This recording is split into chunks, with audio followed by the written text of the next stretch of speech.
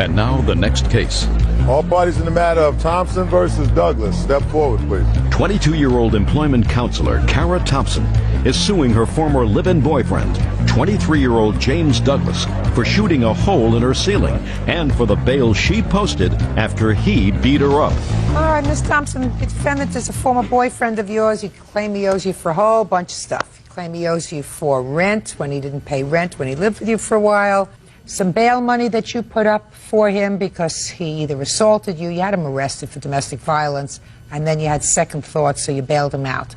So you say he owes you for that. He owes you because he put a hole in your wall or in your ceiling with a gun, a whole bunch of other stuff. So in 3 or 4 minutes or less, would you tell me what your complaints are and why you think he owes you some money? Okay, in the beginning of June, I agreed to let him move in my house under like roommate circumstances. He agreed to pay $300 a month rent. How did and you know utilities. I met him in April. Were you dating him in April? Shortly thereafter, after I met him, I started dating him in April. Fine. So in June, you told him he could move in. Right.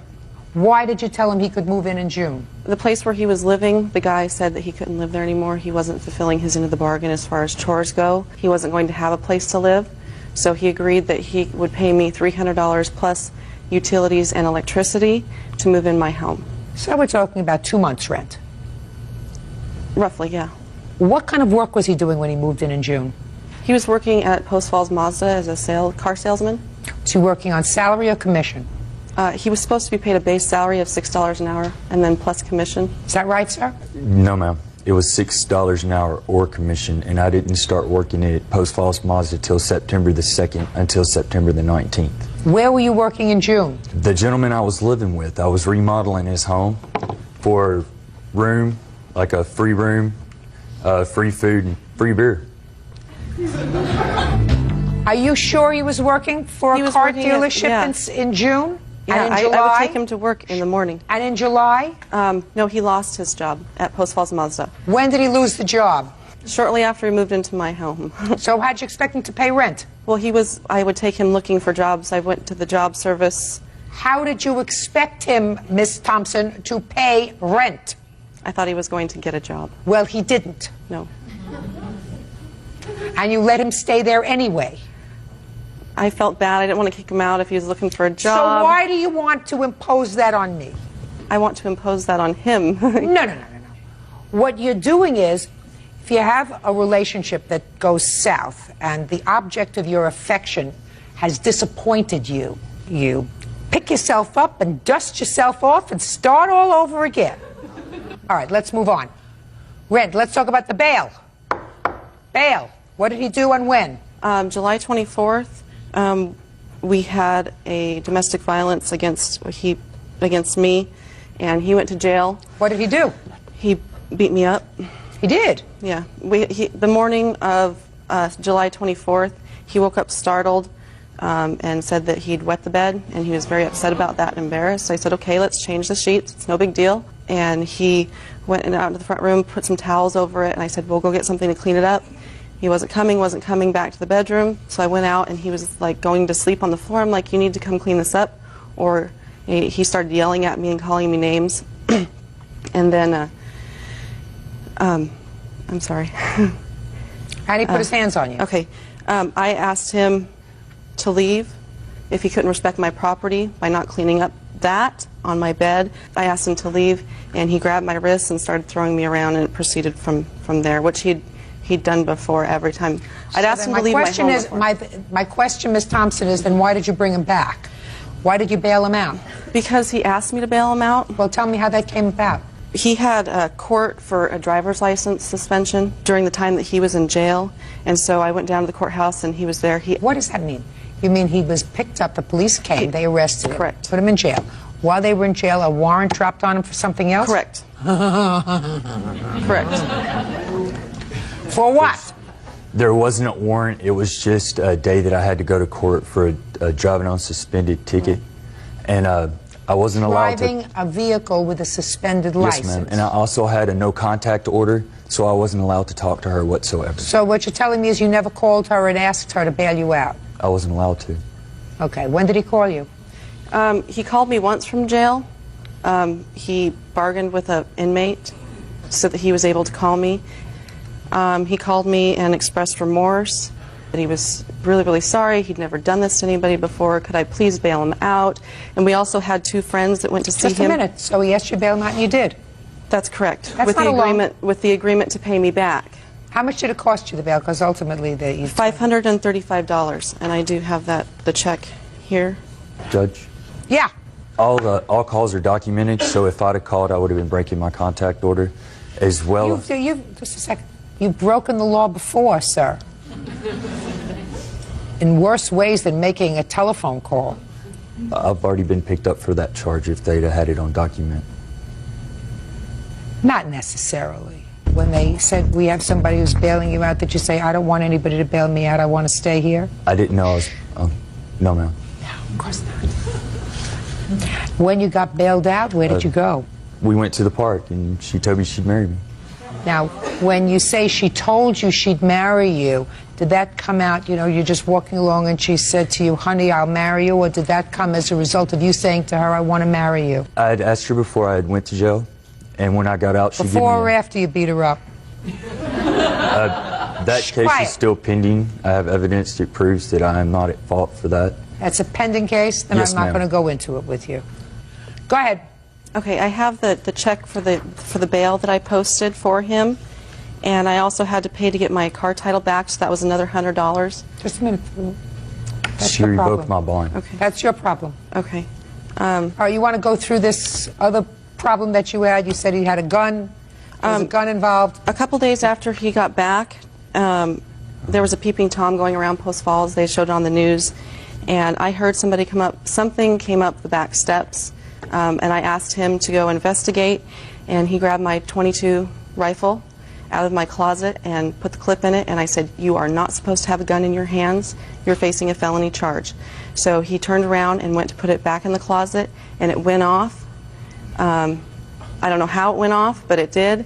And it went through my ceiling, and I have pictures of that. I don't care. And he agreed to repair the ceiling and pay for those costs. No. You want him to come back and repair the ceiling? Well, I have an estimate for that, for the roof repair and the labor involved in that. I'm looking at you with a look of incredulity, Miss Thompson, for the following reason. If he beats you up, you don't invite him back to your bedroom. Do you understand? Yes. It'll never happen You don't again. look like a stupid woman. So here's what I have. I have a woman who brings in a guy to her house because he can't live at his old place because he's a bum. He loses his job. That's correct. He beats you up after he's been living in your house for a month. And you do the smart thing, you send him to jail. According to you, it's not the first time he beat you up. That's correct. First time he put his hands on you in anger. Would have been the last time. For moi. You gave him another chance. But on the 24th, you finally said, he's going to jail. 4 days later, you bail him out. Comes back to your house. Well, August 8th, I bailed him out. I don't care what it is. So it's 6 days later. What are you talking? Are you arguing with me about a couple of days? No. I'm trying to tell you that you're not being smart. You're entitled to your bail money back. Fix the ceiling yourself. Judgment for the plaintiff in the amount of $535. That's all. Now, this is case number 165 on the calendar in the matter of Banks versus Garcia. Parties have been sworn in, Judge. You may be seated. Folks, have seats, please. Mr. Banks, it is your claim that the defendant had you falsely arrested for assault. This was not the first altercation that you've had with him, but you claim that this time you were tried and ultimately found not guilty after a jury trial. Is that right? Yes, ma'am. You want him to compensate you in the amount of $5,000. Yes, ma'am.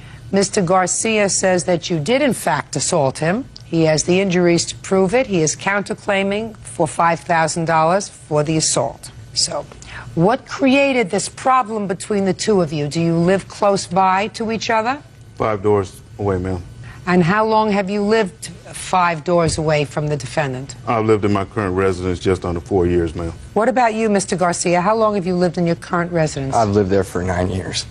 When did you and Mr. Garcia start to have difficulty, Mr. Banks? I believe in May, we had...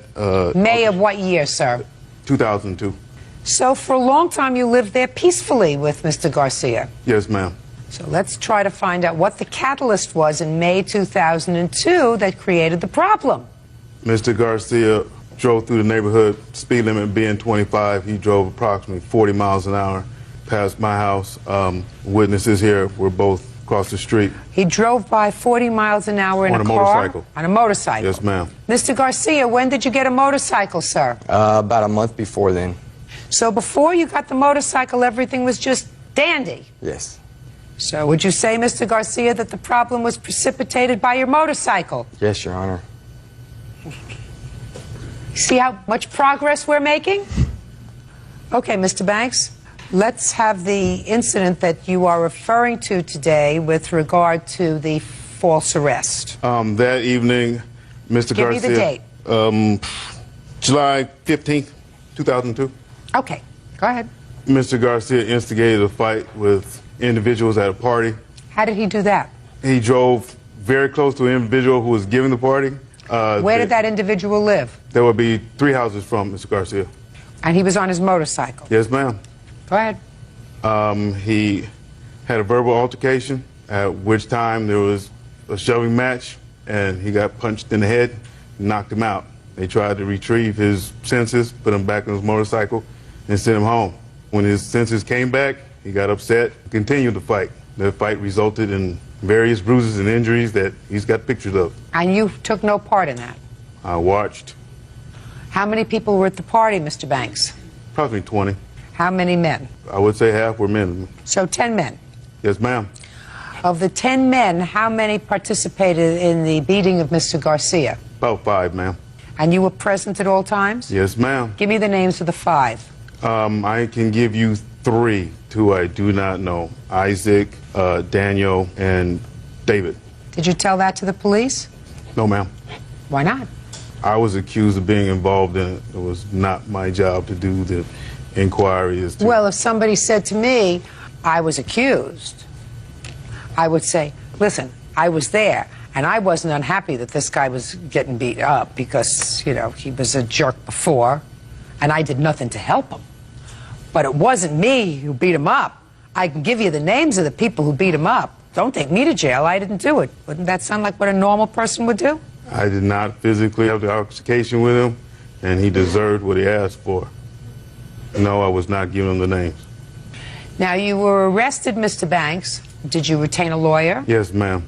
I assume that your lawyer made a motion to dismiss the case, Several times. and that motion to dismiss was denied. Yes, ma'am. What criminal act were you tried on? Assault in what degree? Assault, bodily injury. So it was a felony. No, misdemeanor, Class A, ma'am.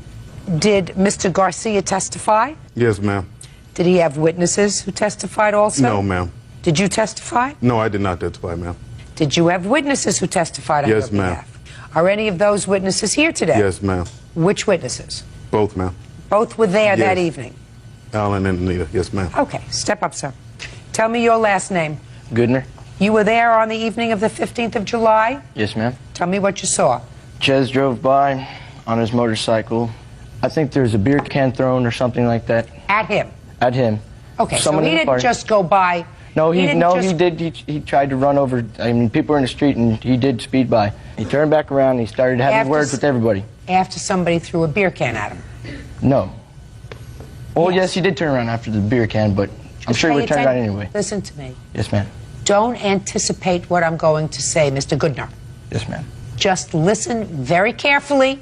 Put all your thinking caps on Yes, ma'am. and think very carefully about what I'm saying so that you can give me a truthful answer. Because if you don't give me the truthful answer, I will make you look very foolish, and you don't want that Yes, in front ma'am. of 10 million people. Yes, ma'am. So he turned around because somebody threw a beer can at him. Yes, that's correct. And then what happened? He got off the motorcycle and approached Isaac and pushed him. Pushed him several times, and Isaac finally had enough of it, and then that's when he hit him. He got knocked out for a few seconds and got back up and proceeded to fight him. And that's when everybody jumped in to get him off of Isaac. Who's everybody? Several people. Name them. David, Isaac, and Daniel. What about you? No, ma'am, I did not. I didn't want to take part in any part of this because I Well, give me the names of the other people who were there. really don't. I know Matt was there. That's about it. Only half of them were my friend. And what about Mr. Banks? Where was he? in the driveway talking to Tanya, a girl Who's there. Tanya? A girl that lived at the house. Okay. Just step up. Sure. Your name? Anita Dore. Are you a neighbor? Yes, I am. How long have you lived in the neighborhood? I have been in the house 3.5 years.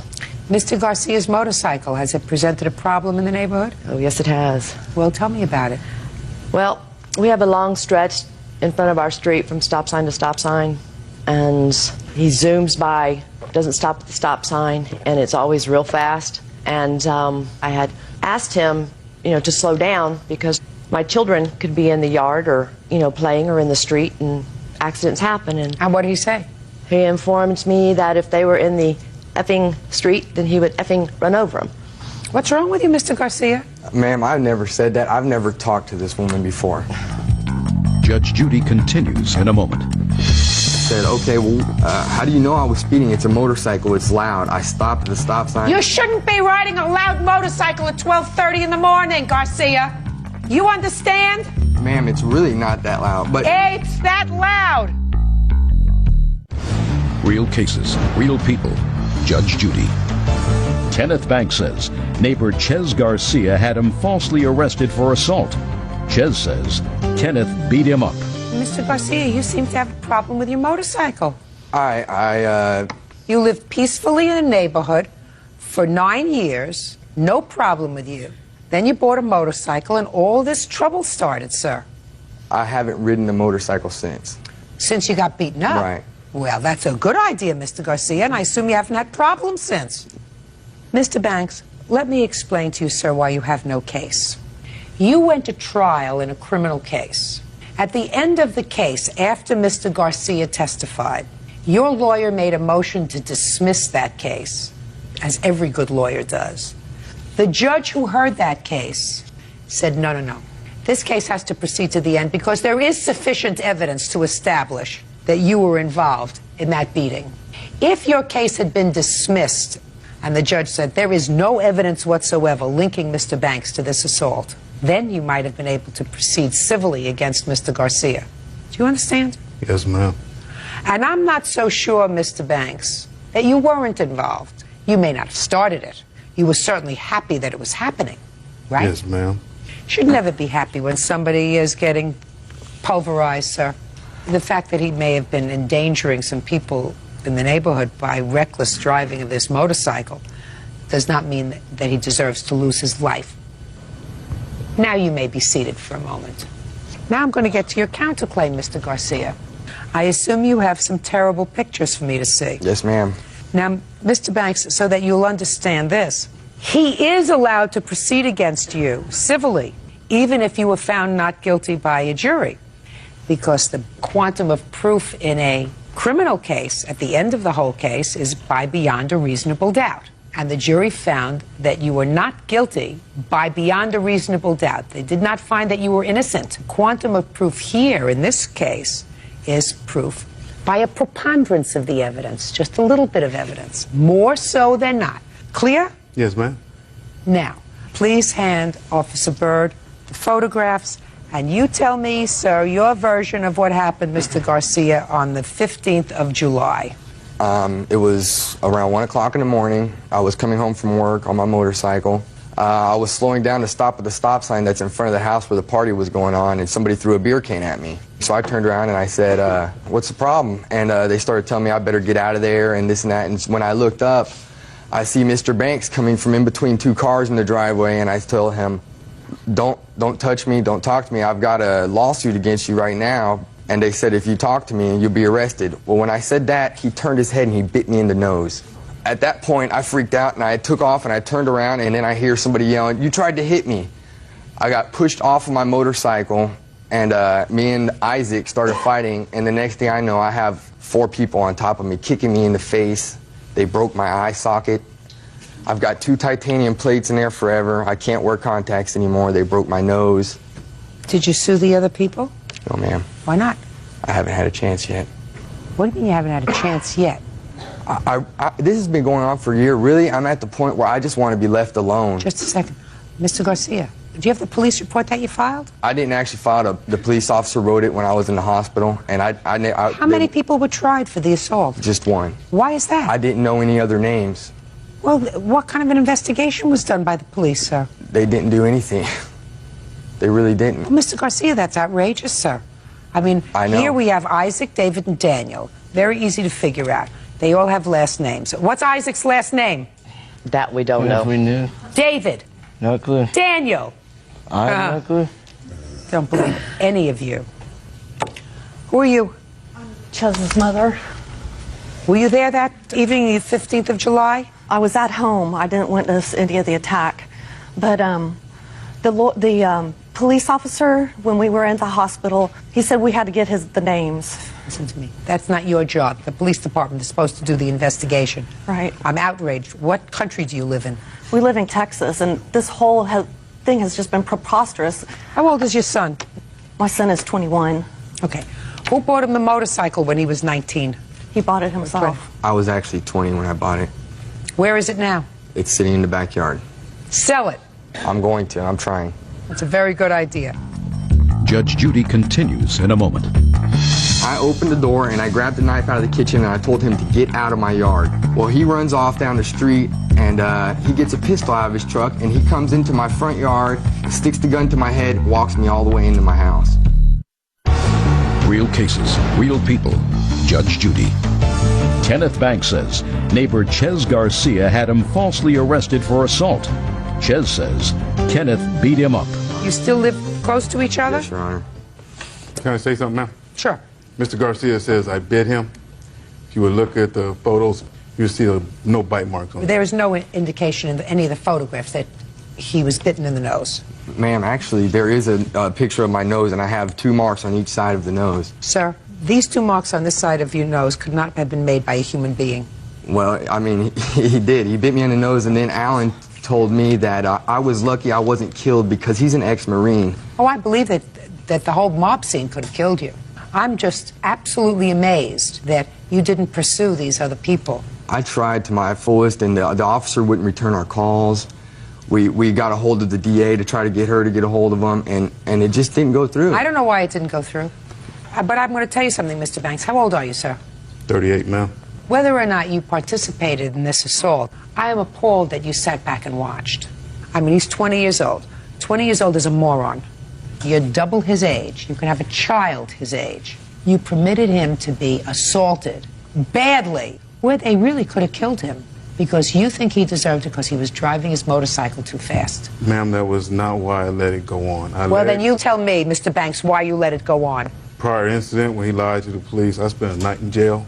At that point, no, I was not going to get involved in it. Another incident that involved an alleged assault? Yes, ma'am. When was that? June 6, 2002. And you were arrested? Yes, ma'am. What happened to that case? That was no bill by the grand jury, ma'am. Were you assaulted on June 6th? It was actually May 11th. What had happened is I was driving home from down the street. It was about 12:30. On your motorcycle? Yes, ma'am. 12:30 in the morning or at night? 12:30 in the morning. And I hear beating on my door about 10 minutes after I get home. I open the door and I see Mr. Banks and Alan at my front door. I had never met them before. I walked outside and I said yes. And he said, you're speeding and I don't appreciate this and that. And I said, who are you? And he says, well, I live over there. And I said, okay, well, how do you know I was speeding? It's a motorcycle. It's loud. I stopped at the stop sign. You shouldn't be riding a loud motorcycle at 12:30 in the morning, Garcia. You understand? Ma'am, it's really not that loud. But It's that anyway, loud. Anyway, he proceeded to push me up against the brick wall, and I smelled the alcohol in his breath. And I said, look, you need to leave or I'm going to call the cops. And he told me if that's what I better do if I know what's right for me. And he kept pushing me against the wall. And at that point, I opened the door and I grabbed the knife out of the kitchen and I told him to get out of my yard. Well, he runs off down the street and he gets a pistol out of his truck and he comes into my front yard and sticks the gun to my head at the driveway and walks me all the way into my house. So what happened with that case? They never contacted me. All I heard was it was no bill and they couldn't tell me anything. The only thing that I have to decide today is whether or not he's responsible for your beating. Right. You want to say something else? Yes, ma'am. On behalf of Ken, do I approach her? Sure. Well, that night, whenever the knife got pulled, he pulled it on. He ran after Ken. I stood in front of the knife for Ken. Ken came back, felt I was in danger while his dogs were running after Ken. Ken came back with the gun on behalf of my life. What did you go over to his house for? Because it's better than calling the cops. And do a neighborly thing, go over there and just talk to him. You know, I'd be mad if someone called the cops on me. Go over and talk to him. It wasn't as violent as it thinks. He flipped out. He came outside running. You could hear him scraggling What in the were kitchen. you doing with Mr. Banks at 12:30 in the morning? Hanging out. Hanging out and drinking? Yes, ma'am, I was drinking. Yes. Sit down. Yes, ma'am. You have something to contribute to this? Yes, ma'am. About 3 days ago, I was at my other next-door neighbor's house. You're his brother? Yes, ma'am. Go ahead. And he comes up and tries to talk to me, and I don't really want to have anything to do with him. Who's he? Alan. And it boils down to where he was saying that it's real manly for Mr. Banks to pull a gun on my brother, saying that he's lucky, my brother is lucky that he didn't get shot that night. You think that everybody got a little hot? Yeah. I think so, too. I'm absolutely amazed that the district attorney in Texas did not pursue the case against these other people. I'm unimpressed by the fact that an ex-Marine would allow a mob, if I were to believe him, to assault a youngster in his presence. You are under no obligation to stop that mob. But I think to say I'm an ex-Marine is sort of besmirching, in my judgment, that branch of the military. Because I think that your behavior that day, even if you did not participate in this assault, was abominable, Mr. Banks. Understand each other? Yes, ma'am. Good. You don't have a case against Mr. Banks, Mr. Garcia, because I am not satisfied that aside from looking and gloating over the fact that you were getting the crap kicked out of you, that he actually participated in this assault, and Mr. Banks, you have no case against Mr. Garcia. Because, as I said, the district attorney and the judge presiding over the trial, your trial, for assault, felt that there was sufficient evidence to proceed and give it to a jury. And our justice system does not give you two bites of the apple. That's all. Step out. Parties are excused. Next up. This is case number 246 on the calendar in the matter of Brown versus Wilson. Parties have been sworn in, Judge. You may be seated. Mr. Brown, Miss Wilson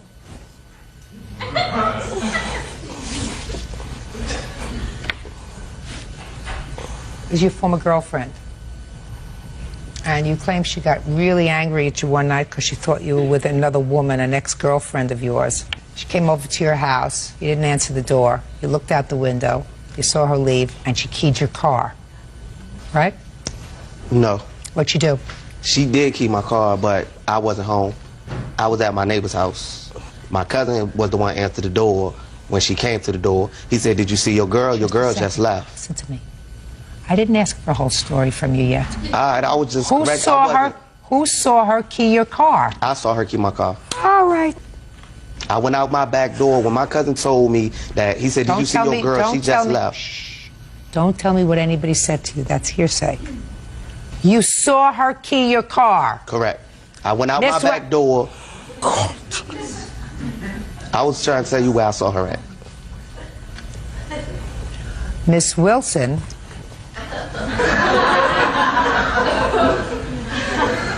says she was really mad, but she didn't do it. Correct. But he wanted home. Miss Wilson. Yes. How long was he your boyfriend? I met Curtis in April, and we broke up in like July or whatever. So it wasn't a long engagement. Okay. Now, there came a time when you went over to his house? Yes, ma'am. When was that? Whatever the day in question was. What's the date? The date was July 15th, if I am mistaken. Okay. So you went over to his house for what purpose? Okay. I called him on his cell phone. Nobody answered. Judge, I bought this cell phone for him. So the least he could do is answer the phone, you know what I'm saying? So I called it like 50 times. Nobody answers. So I live in Norfolk, he lives in Newport News. So I drive through the tunnel all the way to his house. So his car is parked not in front of his house, but on the side by the garbage can. So I'm like, okay, here he go with something that's not quite right. So I knock on the door. I see a woman look out the window. Now keep in mind, Curtis is still married to his wife. So I see the girl look out the window. I'm like, okay. So I'm knocking on the door, knocking on the door, knocking on the door. Finally, music pumping in the bedroom, sounds coming out the bedroom. I'm not stupid, Your Honor. So finally, he sent his cousin to the door. Kurt not here. I'm like, I just seen a girl in the bedroom. Oh, that was me. Okay, so now you got long hair and all this stuff? Oh, well, that was me. Kurt's not here. So by this time, I had went to the window before I even knocked on the door. I put my ear up to the window, trying to hear everything. I heard the music, I heard her, and I heard him. So I was filming, yeah, I was mad, but I left. I was really, really angry. I got in my car, and I left, and that was the end of it. Good. Miss Wilson, you said Curtis is married. Yes. Is he living with his wife? No. Are they separated? No. Yes. So shh. Yeah, right. Quiet. So, Miss Wilson, what are you doing fooling around with a married man who's not separated from his wife? Well, he didn't tell me in the beginning, I swear. He did not tell me in the beginning. You asked Curtis. But then he told you. But then he told me he told me they were separated. But then I talked to her herself. She said they wasn't. Now tell me, Mr. Brown, tell me what you saw Miss Wilson do to your car. Okay. I came out my back door. I use my back door. I don't use the front door. I use my back door to go in my house. Just tell me what you saw. I went out my back door. I was coming off the side of my building to the parking lot. I saw her exiting the hood of my car, going towards her car. She was walking like, say, this is my car. She was walking away. So I seen her scratching the hood of my car. No, let me see pictures of the car. So she had to scratch. My car won't like that before. Well, Mr. Brown, she called me as soon as she left. She called me on my cell phone as soon as she left. And what'd she say when she called you? She said, "You gonna be real mad at me in a minute." I'm like, "Why?" She said, "You ain't gonna want to talk to me no more." No, that is not why? how it happened. She was like, "After you see what I done, you ain't gonna want to talk to me no more." Did I ever say I keyed your car? Yep. We key, Bishop, Miss Wilson. Listen to me. I want you to be very, very quiet when I say this to you, Miss Wilson. Okay. Very quiet. You keyed his car. No, I didn't. Can I it was his baby mama that keyed his car, probably, or all them other girls that was on. He just mad because he can't figure out which one it is because he's sleeping with so many women, so he want to pin it on me. Can I say one thing, Your Honor? Just a minute. Put your hands down. You keyed his car. I didn't key his car, Judge Judy. Yes, you did. No, I didn't. Yes, you did. No, I didn't. Yes, you did. If I had called him 50 times and he didn't answer the phone and I went over there and I was still his girlfriend and I went into his house and saw him fooling around with somebody else, you're lucky she didn't blow up your car. Exactly. Judge Judy continues in a moment. I was shooting her. Yeah, whatever. I was at my neighbor's house. You just lying all over the court. And later today, Listen to me. They told me to And the leave, and I police- left, and then she was supposed to come back. Whose mouth is moving? Both of them. Yours. And if both of our mouths are moving, who wins? Judge Judy wins. real cases, real people. Judge Judy. Curtis Brown says ex-lover Tabitha Wilson keyed his car. Tabitha says the culprit was probably another one of Curtis's girlfriends. Can I see the bill? I believe you when you say you saw her over at your car. How can you believe that? I believe it. Come out the house. I believe it. I came out the back door. I believe it. Oh my God. What year car is this? It's a 94 Ford Taurus. You remember they used to have a company called Earl Shy Painting Your Car or something like that? You know, they painted paint for any car for $2.99 or something like that. $2.99, $9.99. What's this $2,232? He just I trying went to to get some Mako. money. What? I went to Mako. That's the estimate they gave me. Go cheaper. Because they said the Go. scratches that's deep is so deep into the paint, it's almost in the metal. Oh, well, then every time you look at it, when you get a cheaper paint job, you're going to think about being true. When you think of being true to one lady, Yeah. or maybe two ladies. I was true to her. Yeah, whatever. I was at my neighbor's house. But you just lying all over the court. My cousin answered the door. My cousin is light skinned. Mr. Brown, My baby mama is light Mr. skinned. Brown, get your car painted for $250 because I'm going to tell you something. That's all you're going to get from this court. Listen to me. $2,000. But you got it out of your system? You got it out of your system for $250. Do you feel better? Do you feel better? Yes. Good. That's all. All right, is our excuse. You may step out. I went over to the boy house and then the lady gonna look out the window. Duh, play. That's you. Duh. I want no player. I won't dare. I was out with my neighbor. It really doesn't matter to me. All he got was $250. I just know not to mess with crazy girls, and she crazy, man. I'm mad because you was there with your baby mama and you ain't had to come out here and just tell me to go home. She could have done something else besides scratch my car. So that was kind of, that tell you, only a crazy person. And now the next case. All parties in the matter of Spandy versus Greta. Step forward, please. Computer operator Tim Spandy is suing his daughter's former friend, 18-year-old event coordinator Tom Grether, for wrecking his wife's car. Tom says he was driving because Tim's daughter was drunk. Mr. Spandy, this your daughter? Yes, it is. Your daughter was driving your car? No, she wasn't. Whose car was she using? It was my wife's car. So your daughter was driving your wife's car with your permission. She goes to a party or some sort of gathering, and this young man was there. She got too drunk to drive home. She asked him to drive home. He was also drunk. He totaled the car. You want him to pay for the car. Yes, that's correct, ma'am. And Mr. Grether says, well, he has certain responsibility. He doesn't have total responsibility. Your daughter has partial responsibility. Okay. When was this party? February 13th. At a house? Yeah. Did you know Mr. Grether before the party? Yes, I did. Okay. How much did you drink? I think I had like 4 cups of beer. Why did you drink if you were driving? I was planning on staying over. So why didn't you stay over? Because there's some drama about missing pieces, and then all of Missing pieces? What? Bongs. What is that? Stuff you smoke marijuana out of. There was drama about some drugs. Yeah. What kind of drama was there about drugs? One kid accused one of Tom's friends of stealing piece. So there was some drama, so you wanted to go home?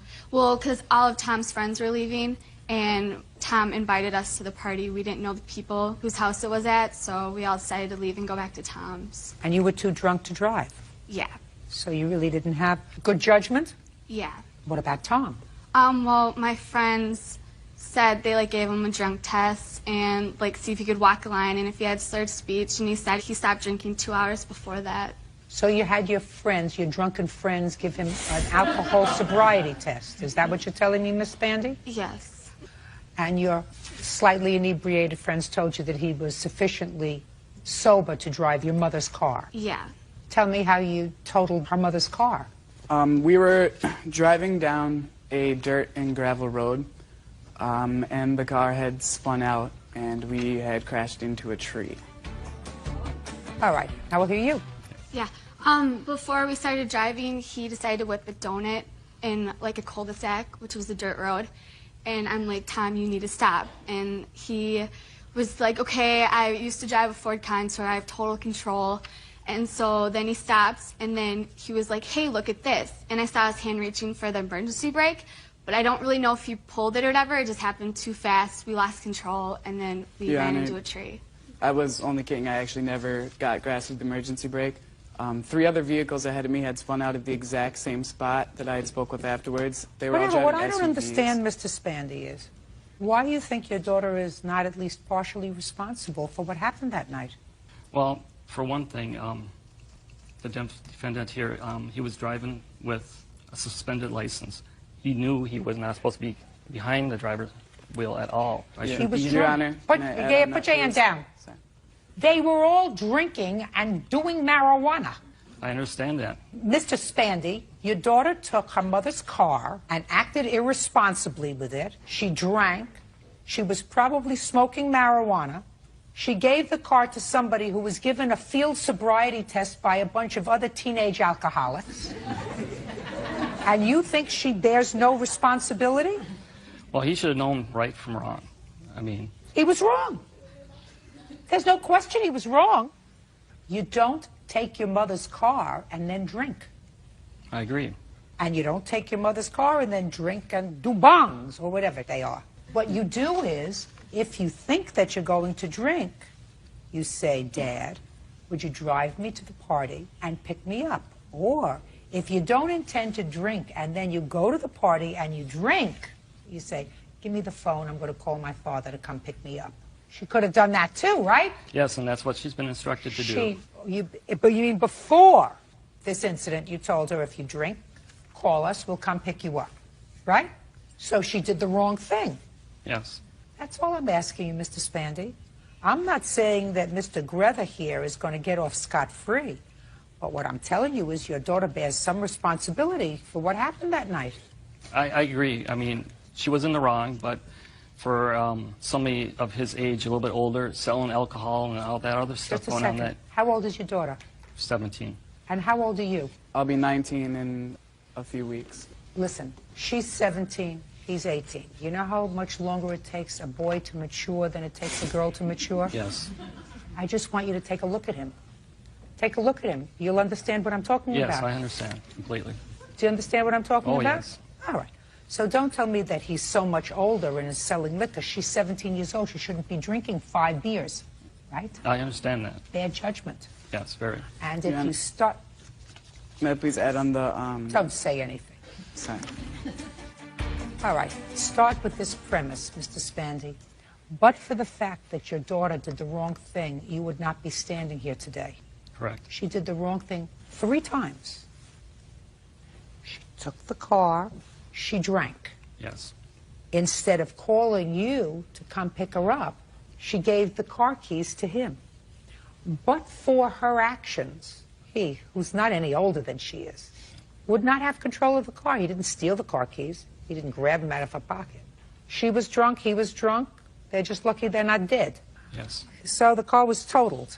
Yes. Did you have insurance? I only had liability, no collision, so the insurance company would not pay for it. When did you purchase the car? I purchased it 8/25/04. And how much did you pay for it? We paid a little over $4,300. Other charges incurred that night was towing fee and pound lot, and that was over $200. So you paid $43 plus another $2. Yes. Half $4,500 is $2,250.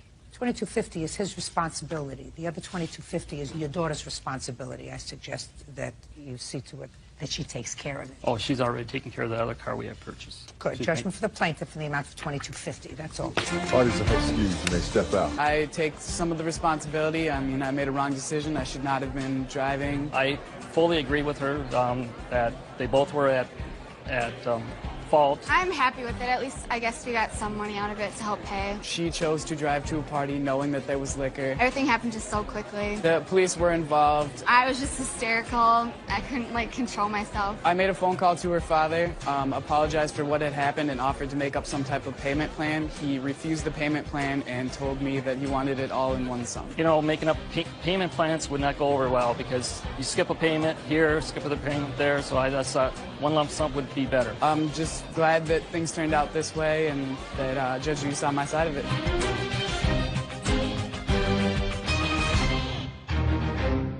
He's not your boyfriend anymore, and he assaulted you twice. After he assaulted you, I assume you had nothing to do with him. That's correct. How long were you involved with him for this assault? Well, I dated him originally back when I was in high school. How old are you now? I'm 22. When I had first dated him, I was 16. And then we broke up, and we got back together in August 11th of 2004. When was the assault? January 10th, 2005. Tell me about it. Well, Brian and I we were at a bar, and we had gotten into an argument. He mentioned something about a friend of his who I had dated while we were separated, and how he was going to come back into town, and he wanted to see how I was going to react to his friend being back in town to see if we're going to try to reunite. Mr. Wilson, you're going to get a chance. Okay. Right? Yes, ma'am. So we were arguing about that, and I told him, I wouldn't cheat on you. I care too much about you. And so he left the bar. He wound up leaving. So I went after him to make amends, Why would you go after him to make amends? What had you done wrong? I hadn't done anything wrong. I was just trying to talk to him, just to make sure, that we were okay, because I didn't want it to end on that. What had you been drinking? A beer, a Corona. And you? A Corona. How many? I had like 1 or 2. Let's say 2. Okay. What about you? I had probably about 1.5 before I got fed up. Let's go to 2. 2. So you've had a couple of beers and you're arguing at the bar. You couldn't argue at home? That's how it goes every time we went out. Every time we went out, it was a big scene. Okay. So now you're outside trying to make amends for something that you didn't do. What happened outside? Outside, I went to my car to retrieve his jacket because he was like, I'm walking home, and I offered him a ride, and he refused. So what did you say? You said, don't walk, I'll drive you home? Yes, I said, I will take you to the house. And how far is the house from the bar? About 5 minutes driving. How long walking? I don't know, like a half an hour maybe. I'm not really sure. How long a walk is it? Oh, half hour. Good. So we agree on that. So you wanted to walk home. Yeah. So even though he's walking home without his jacket, you went to the car, got his jacket, and followed him? Yes. Go ahead. That's when we started arguing some more. He pushed me. I went into a tree. My face was bloody. How did your face get bloody? I was scratched up. He hit me. You didn't say he hit you. You said he pushed you into a tree. Yeah, When did he hit you? He pushed me into a tree, and he hit me also afterwards. He hit you with an open hand or a closed hand? Open hand. What happened then? I was walking along the street by the bar, and I was spitting blood. I had blood coming from my mouth. So that's when I called my sister, and I needed her to come pick me up to give me a ride back to my car because I had walked a little. It was a distance when I was walking with him because we were talking. You were talking or fighting? Well, we were fighting. Go ahead. And I was crying, spitting up blood. My face was all bloody, so I had my sister come pick me up. How long did it take her to get there? She was at the bar as well, so it took her like 2 minutes. She was there real quick, so she heard how upset I was. So you and your sister came in two separate cars? Yes. She came, picked you up in her car, and what did you do when she picked you up in the car? She was cleaning my face. We cleaned my face off. And then? And then I went back over to the house to collect my belongings to leave. And he came in, he had a piece of pizza in the microwave, and he intentionally threw it. Just a sec, hold it. You're home first, is that what you're telling me? Yes. And then he came home. He came home while I was packing my belongings. How did the pizza get into the microwave? The pizza was already there, Your Honor. Pizza was in the house already, and he was taking it out to heat it up? Yes. So he heated up the pizza in the microwave. Go ahead. And then we continued arguing, and that's when he intentionally threw the pizza at my face. How did he do that? He had the pizza in his hand, and he threw it. And it hit your face and it burned your face? Yes. Okay. So he left the bar, Amy, to get away from the argument and was walking home. So what I want to know is how the argument continued. We were arguing about financial problems. How did it start? Who said what to whom? I believe it was I who had said something in regards to the financial. That sounds right. So what did you say financial? Basically that I do a lot for him and he doesn't respect me. You know, basically trying to show him that why would I cheat on him when I'm going grocery shopping, all the bills are in my name. So you wanted to continue the discussion? Yes. You weren't I just wasn't trying to argue. Shh. You wanted to continue the discussion, not just pack up and leave, right? Yes, Your Honor. Okay, and he's sitting there. He's not saying a word to you. No, he was saying things. Not before you approached him to start the discussion again, right? I'm just figuring out what's happening here, Amy. Okay, that's correct. Do you understand? Mm-hmm. I'm not making any excuses for him if he hurt you. I want you to get real with what was happening that night. What was happening that night was you weren't letting it go. Because if you're assaulted and you call your sister because you were so upset, and your sister comes to get you in the car, then you say to her, do me a favor, follow me to Mom's house because I'm going to stay there. Tomorrow I'll get the police and go over and pick up my stuff. But if you want to go back and continue the discussion with him, and you knew he was going home because he said, I don't want to talk to you anymore. I don't want to be involved with you anymore. I'm walking home to cool off. So you knew he was going home, and you followed him home. No, because I figured that I would get there quicker than he would and have my stuff already packed and ready to leave. So let's see what we have. We have a timeline here. You call your sister on the phone. She has to get out to the parking lot, get into her car, start the car, come and pick you up. A couple of minutes. Then you said she helped clean you up because you were bleeding. Let's say that took another 10 minutes. So now you've got 5 minutes before he's going to be home. Yes, Your Honor. And you go home anyway. So you expected him to be home. There's no question in my mind. So don't tell me you didn't expect him to be home yet. You expected him to be home. And you wanted to continue the discussion because you weren't ready to let it go. Because I didn't want to be accused of something that I would never do. What difference does it make? Somebody hits you in the face, as you allege he hit you in the face. Who cares whether he accuses you of being Matahari? What difference does it make? You want to get away from him. Yes. You don't go back into a situation where there's been, according to you, violence, and start the discussion all over again by telling him, why would I want to do something bad to you? I cook for you, I clean for you, I work for you, I do everything else for you. That's what you were telling him, right? Yes. Why would you do this to me? Basically, that's what I was trying to say, Your Honor. What difference does it make? Judge Judy continues in a moment. How old are you? 27. 27. I'm a few years older than you are. You don't look And it. you're very, very sweet, Mr. Wilson. It's not going to help you any. And later today, You could have been married to this warped thinking, allowed children to reproduce with this warped thinking. So I want you to consider yourself very lucky. real cases, real people. Judge Judy. Amy Dumslowski says ex-boyfriend Brian Wilson owes for burning her face with a slice of pizza. Brian says the argument started when he saw Amy dancing with another man. Now the ball is in your court, Mr. Wilson. Don't smile at me, because let me explain something to you. How old are you? 27. 27. I'm a few years older than you are.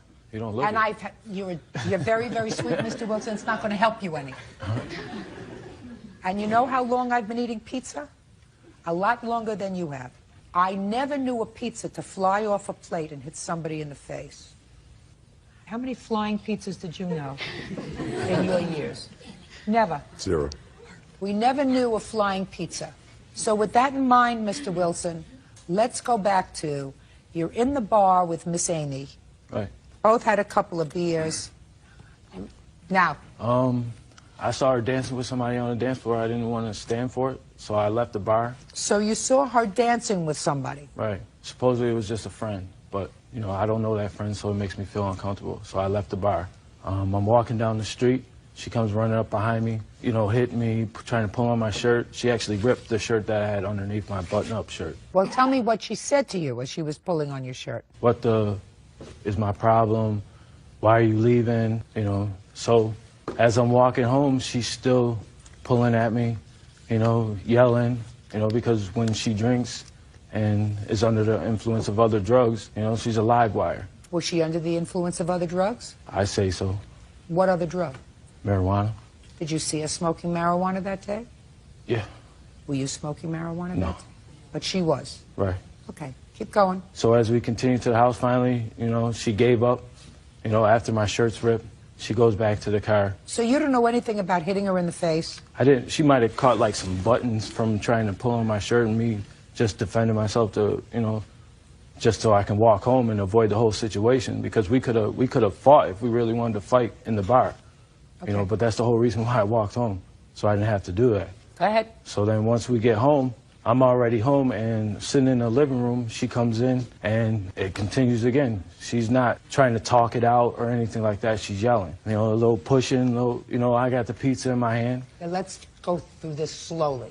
No problem. Little pushing. How did the pushing get started? Defense pushing. Like defense pushing, you know. When she talks to you here. She don't talk to you from a distance.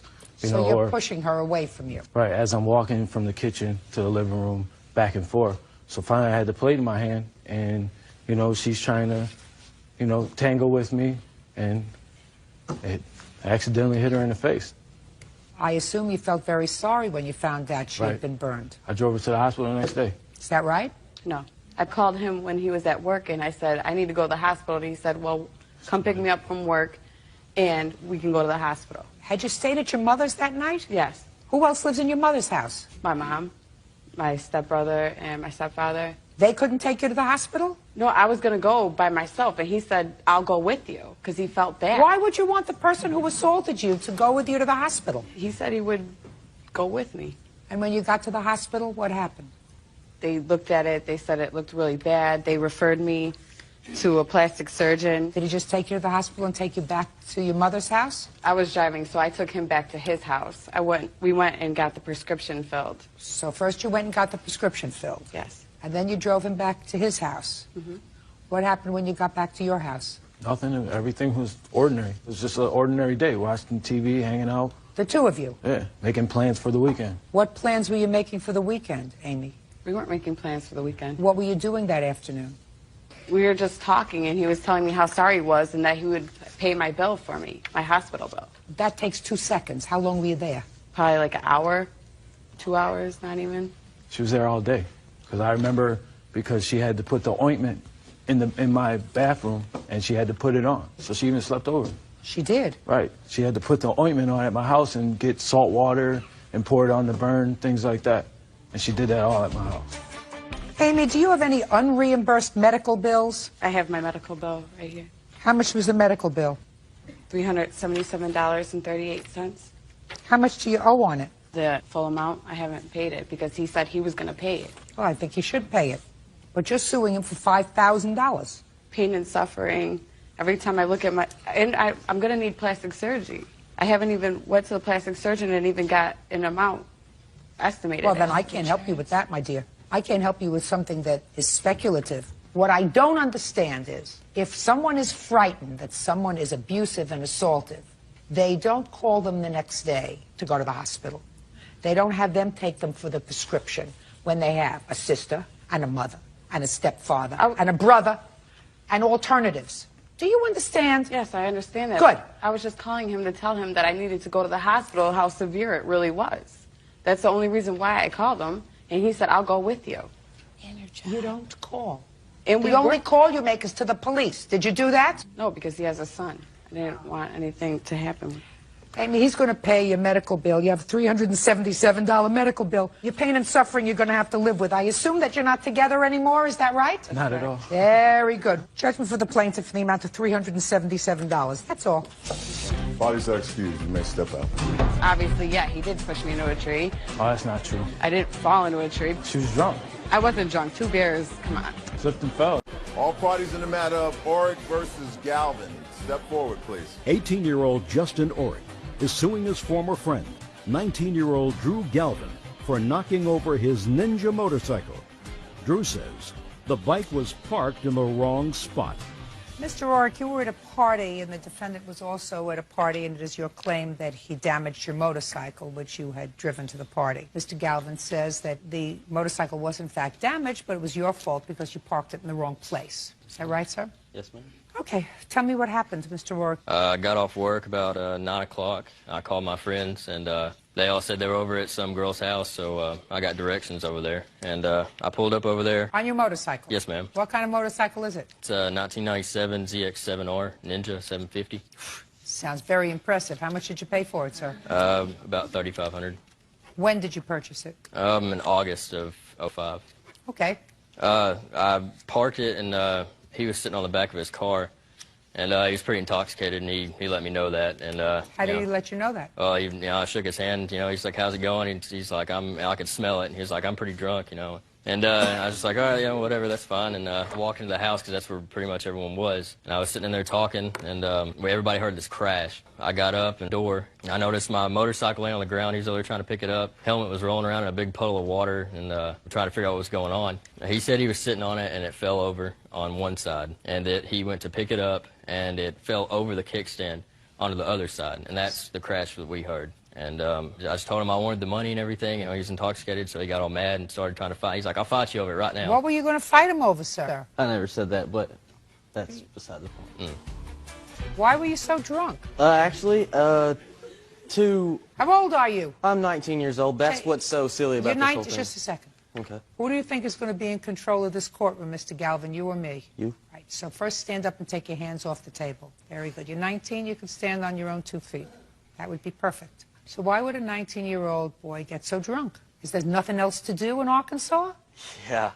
Huh? Yeah, pretty much. There's nothing there. There's cows and, like, people with nothing to do. So they drink? The majority of them, yes. You drink?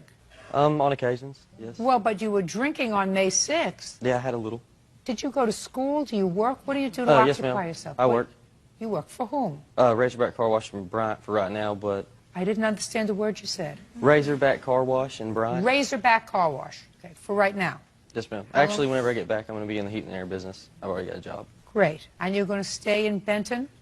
Me and my fiance are trying to figure that out now. You're 19 and you have a fiancé. Yes, ma'am. You don't have any children, do you? No, ma'am. None expected.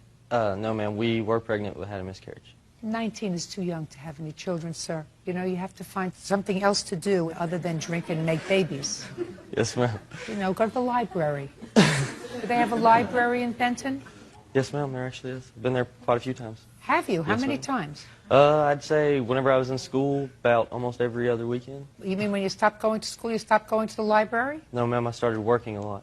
Well, but you still have time. You had time to get drunk, sir. I would suggest you spend your time in the library. You had time to make a baby, right? You have time to go to the library. There are other things that you can do Yes, ma'am. other than drinking and procreating at age 19. You can expand your mind, expand your horizons, Yes, ma'am. Mr. Galvin. Now, you don't really want to tell me that it was the bike's fault that it fell down because it was parked in the wrong place, do you? Well, You sort really of. want to tell me that, Mr. Galvin? You look like such a nice young man. I have. Misguided, perhaps, but a nice young man. I have pictures of the spot where my car was and his bike right behind it. Like it is a one-person parking spot. But I was on my way around. I was on my way around the car whenever I tripped over it. Mr. Orick says that when he got to the party, you were sitting outside on your car. No, actually, I was inside talking to Danielle. No, you weren't, sir, because you were too drunk to know what in the world you were doing. Well, I mean, if I was that drunk, how come the cops didn't write me? And in the police report, anywhere it Why doesn't would say. they do that? You weren't driving. I told him not to. Shh. You weren't driving. He didn't want to get you into any trouble. That's not my question. You know how much you were drinking. Well, at least at the beginning you knew how much you were drinking. Did you end up staying at the house? Yes, ma'am. Actually, I did. My belt was stolen. Just a second. You ended up staying at the house. Yes, ma'am. Where did you sleep? In the bed with the girl that I was seeing at the time. This was in May? Yes, ma'am. Was it the same girl that you're affianced to now? No, ma'am. It's not. So between May of 2006 and now, we have had a new fiancé and an almost baby. Is that what you're telling me? Yes, ma'am. Listen, you paid $3,500 for the bike, according to you, maybe, more than a year ago. Yes, ma'am. You want $4,200 to fix it. That's not going to happen. Do you understand? Can I explain why? Yeah, sold sure. it? The guy sold it to me for that because he was scared of it. He said he was either going to get put in jail or killed on it. It had always worth of work in it. It's got a crate motor. It's been lowered, you know, custom paint, custom exhaust. It's you know, it's pretty much a show bike. So it's worth more than $3,500 is what I'm trying to say. Can I see the estimate to fix it, please? Yes, ma'am. There's 2 parts estimates and 2 paint estimates in there.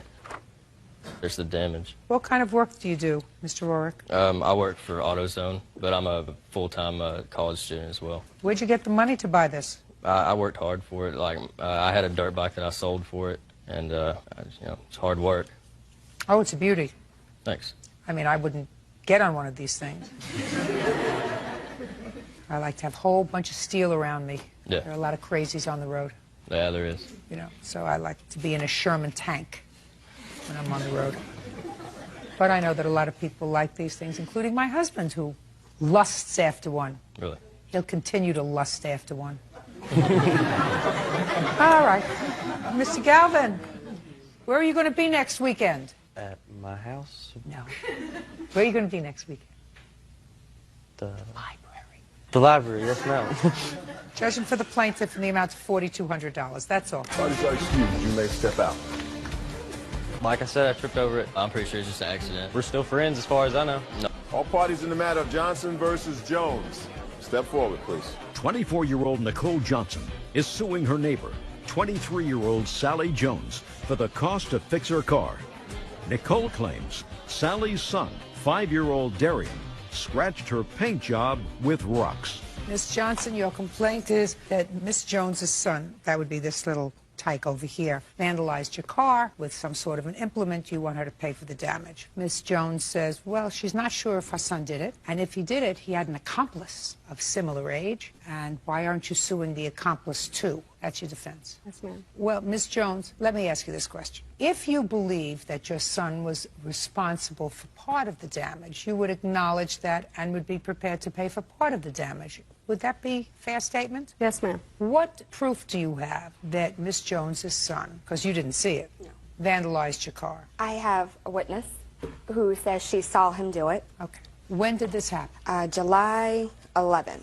at approximately 7:30, 8 a.m. And the witness that you had would be this little girl? Mm-hmm. And she's 5? Yes. Whose child is she? One of our other neighbors. Her name's Michaela.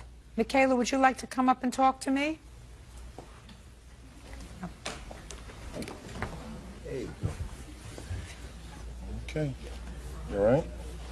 Okay. Hi, Michaela. Do you know who I am? You don't know? Do you know why you're here? And you don't know why you're here. Who did you come with today? Oh, I see this is going to be interesting. Do you know this little boy? Is he a friend of yours? Do you know Miss Jones? Is she a neighbor of yours? Can you talk? Can you tell me your full name? Let me hear. Michaela. And what's your last name, Michaela? Michaela and Timon. Do you want to talk to me about what happened with Miss Johnson's car? You want to tell me what happened? Okay, tell me what happened. He spit on a car. He spit on the car? Did you see him do that? Did you see him do anything else to the car, Michaela? What else did you see him do? He scratched it. What did he scratch it with? A rock. Did you see him with the rock in his hand? Did you have a rock in your hand? Was anybody else with him when he had the rock in his hand? No. But you're sure you saw him scratch the car with a rock? After you saw him scratch the car, Michaela, did you go and tell anybody? Who did you tell? His parents. His parents? Oh, did you tell them right away? Okay. You can go and sit down now. Thank you. So Michaela came and told you that about that? No, ma'am. She never came and told you about it? No, ma'am.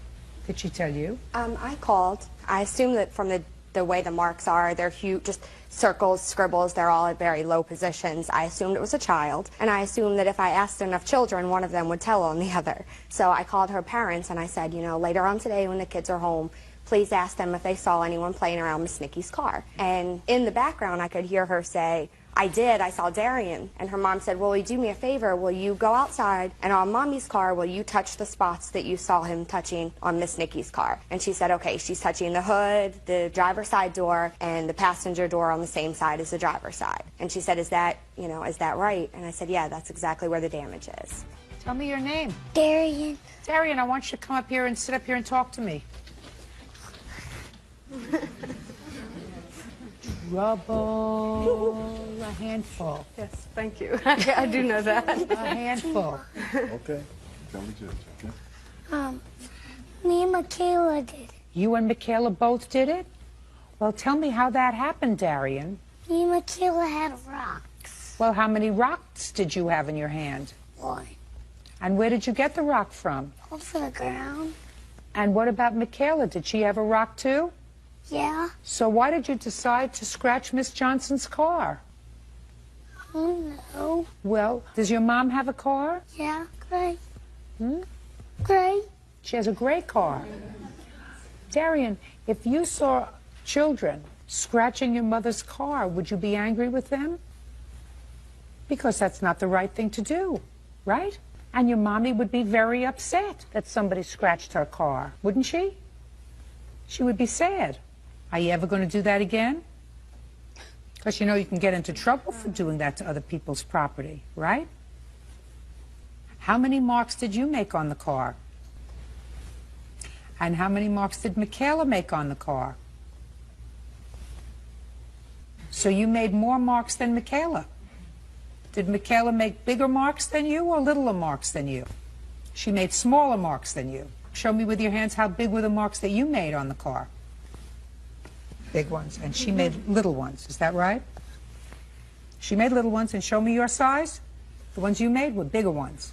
Now, when your mom asked you about Miss Johnson's car, did you tell her the truth right away? My dad. You told your dad the truth right away? And what did you tell him? I scratched it. And when did you tell your mom and your dad that Michaela was there too? I didn't tell him. I only told my dad. When did you tell your dad that Michaela was there too? Did you tell him right away, or did you tell him later? Right away. Go and sit down.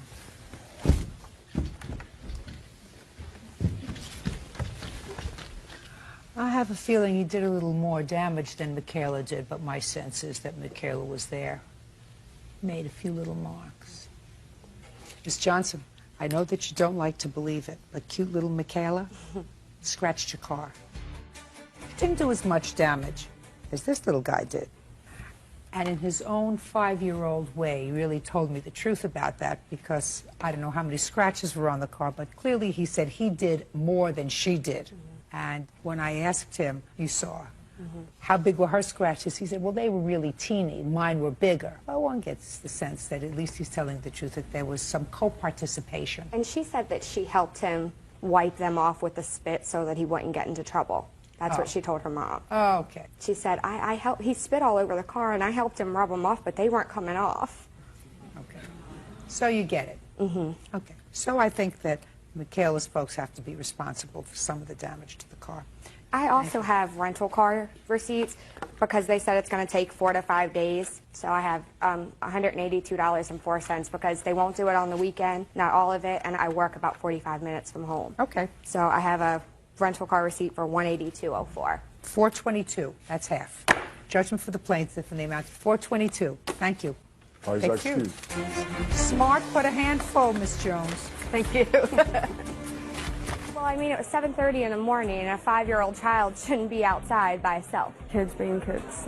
The children being children wouldn't happen if children weren't or were being supervised. No, I took responsibility for half of the car, which was the fight from the beginning. Yeah, I mean, the version that I got of the story was that only one child was involved. And that's what I wanted to get across, that it wasn't all my responsibility. It wasn't just my child. So, yeah, I mean, if her son wasn't the only culprit, then yeah, I imagine that's fair. I think that every claim that the accident was caused when your daughter reached over and grabbed the steering wheel because there was some wild turkeys in the road. Yes. And your car was wrecked. Yes. And you think she's responsible. Yes. Not likely. Well, Your Honor, I believe that I would have never wrecked my vehicle if she would have pulled the steering wheel out of my control and drove right into a tree. She never would have had the opportunity had you not been out drinking with your daughter. I had a firm grip on the steering wheel. She never would have had the opportunity to grab your steering wheel if you hadn't been out drinking with your daughter. Where did you go drinking that night? We went to Velva. What's Velva? Velva is a city approximately 15 to 20 minutes away from Sawyer. Who else went out drinking that night? It was just us two, ma'am. Is this the first time you went out drinking with your mother? No, ma'am. What time did you start drinking? It was approximately around 9 p.m. So it was an evening of drinking? Yes, ma'am. Did you see any turkeys in the road? No, ma'am. She said they were chickens. Okay, whether they were turkeys, chickens, mongoose, or pelicans. I'm sorry. If you hadn't been drinking that night, the accident wouldn't have happened. I'm an experienced driver. Even when you're drinking? And I haven't had that much to drink that night.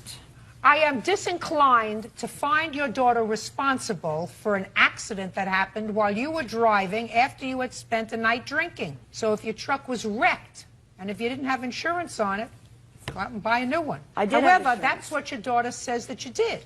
And she has a counterclaim that I'm really more interested in. Your Honor. And her counterclaim is that after this happened, you asked her to cash a check for you, and she did. You told her that the check was from some work that you did online. She cashed the check for you for $2,000. With the $2,000, you went and bought another vehicle. But it turns out that the $2,000 check was a scam. And her bank account was then overdrawn, and the bank went and claimed the money because it was a bad check. She wants you to pay her back that money. Now, where did you get this check from? It was from Interglobal Lotto. I have the letter that I received. Can I see the letter, please? Now, when was the car accident with the alleged turkeys? In what about month? April, the middle part of April of 2006. And you got this letter from Interglobal Lotto 2006, after the turkeys. Yes. And, Your Honor, I would have never crashed my van. I don't want to hear any more about your van. If she would have been back. I don't want to hear any more about your van. You wouldn't have crashed your van if you hadn't gone out drinking with your daughter.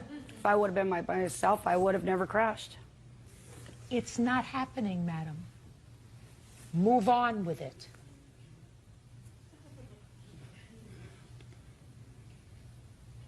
So after you got this bogus letter, what did you do? I got a hold of Crystal, and I asked her if she could take me to our bank, because we both banked at the same bank.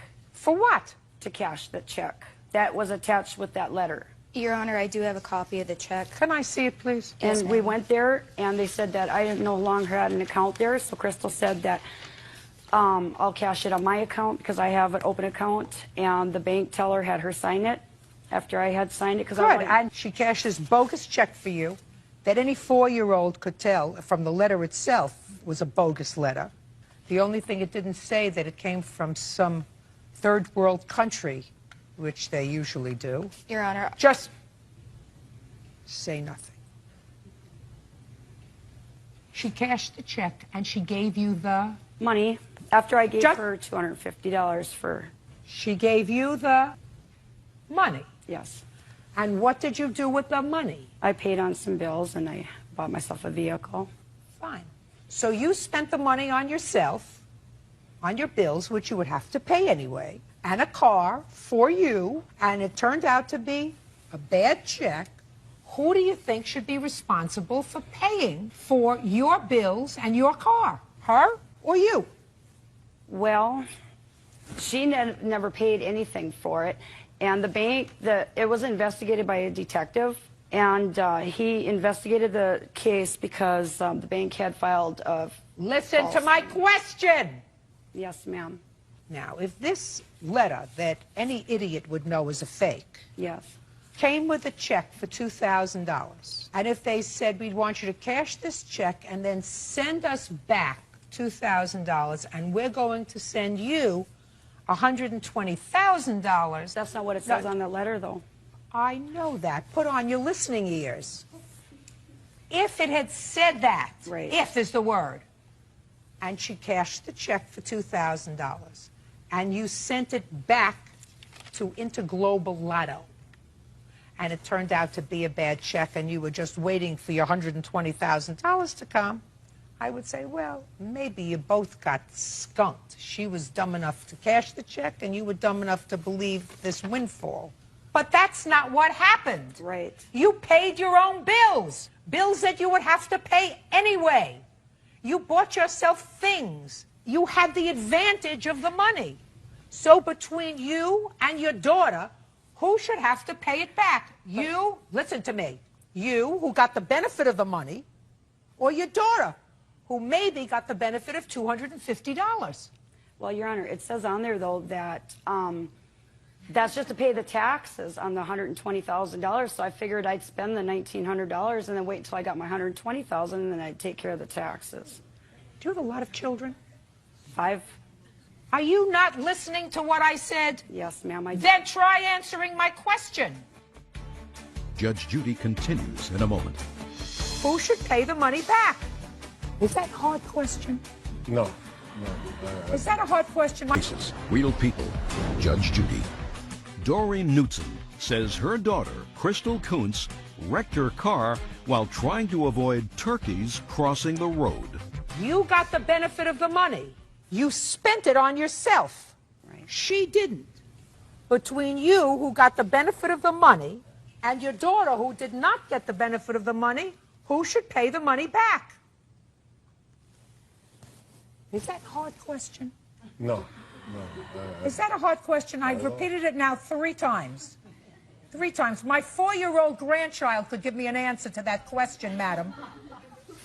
Well, actually, I think the bank should go after the company who issued the check, because it's like writing a bad check. They wrote a bad check, and they won't honor it. The bank cashed the I would check. like you, Miss Knutson, to make me a promise. I want you to raise your right hand, please. I will never go into global finance. Go into global finance. Because I do not have the capacity. No, I don't want to say that. Yeah, but- well, you don't. Did your mother give you $250? The answer is either yes or no. Yes, ma'am. The reason why she had given that back to me, she was on my savings account at my bank. There was an issue previously, which I do not have the information on, but I have a little sister where I went to my bank one day, my account was overdrawn, and my little sister that's only 13 apparently had a checking account, and there was a check that was deposited into the account that was overdrawn. Come to find out, my little sister that was 13 never had an account. I had to end up paying because I only had $70 in there at the time, and so she felt to pay me that back out of the check that she had received. Was there a problem with your 13-year-old daughter's account? No. No, all right. She never had an account. All right. That was her. Your claim against your daughter for causing the wreck of your car is dismissed. I am awarding her $2,000 on her counterclaim. You spent the money, you enjoyed the money, you paid your bills, you have to reimburse the bank. That's all. Parties are excused. You may step out.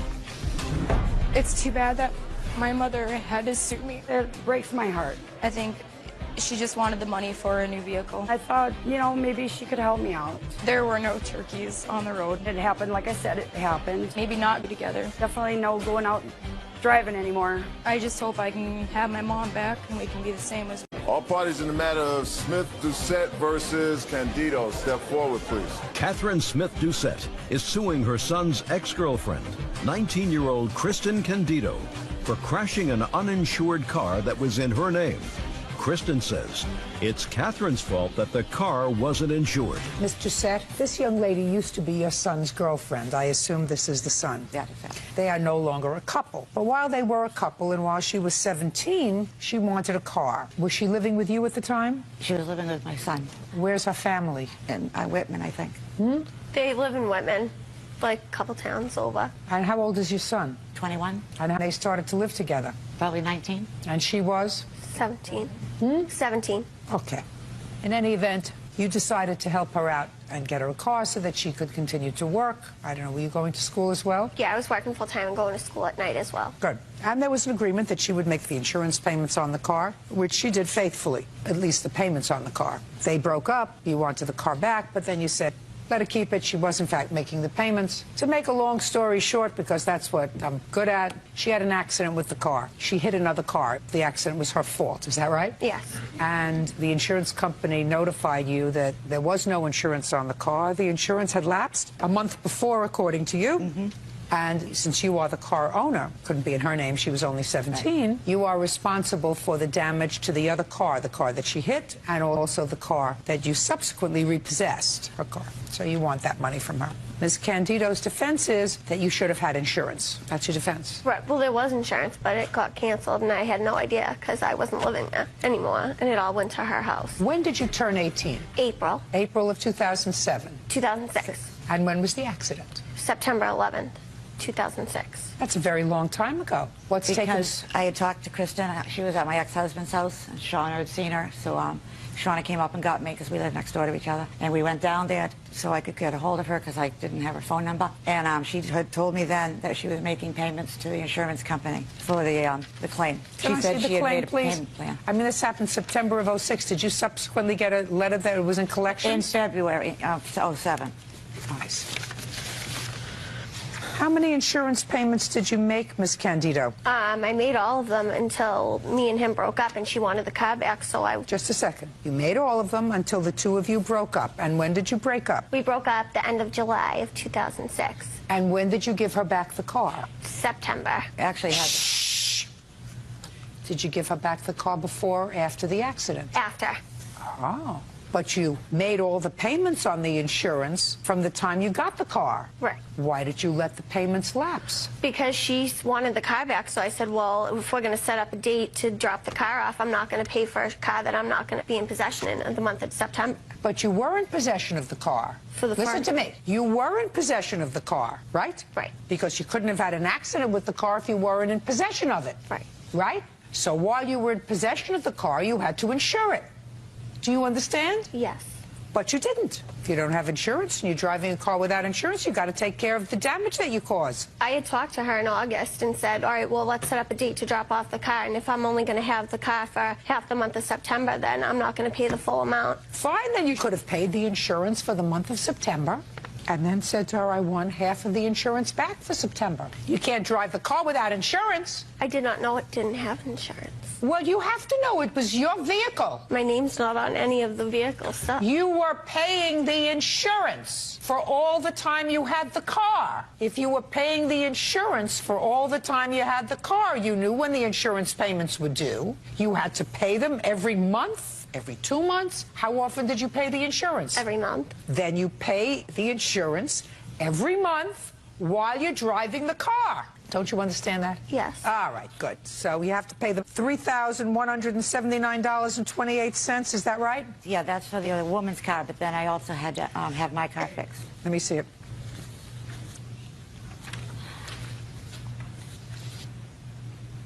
Don't do anything so stupid again, will you, please? Oh, God, I know. You know, I mean... I know. I actually had to have the police get the car back from her. She didn't voluntarily give it to me. Scandito, did you fib to me? No.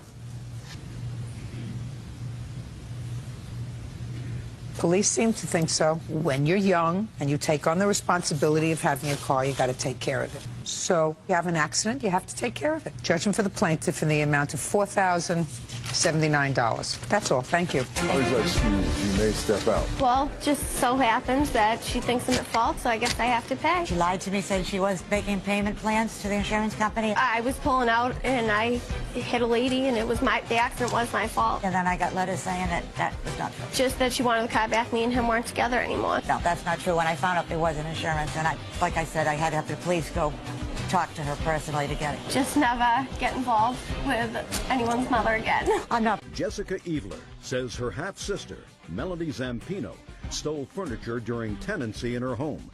Jessica claims she kicked Melanie out because she was using drugs.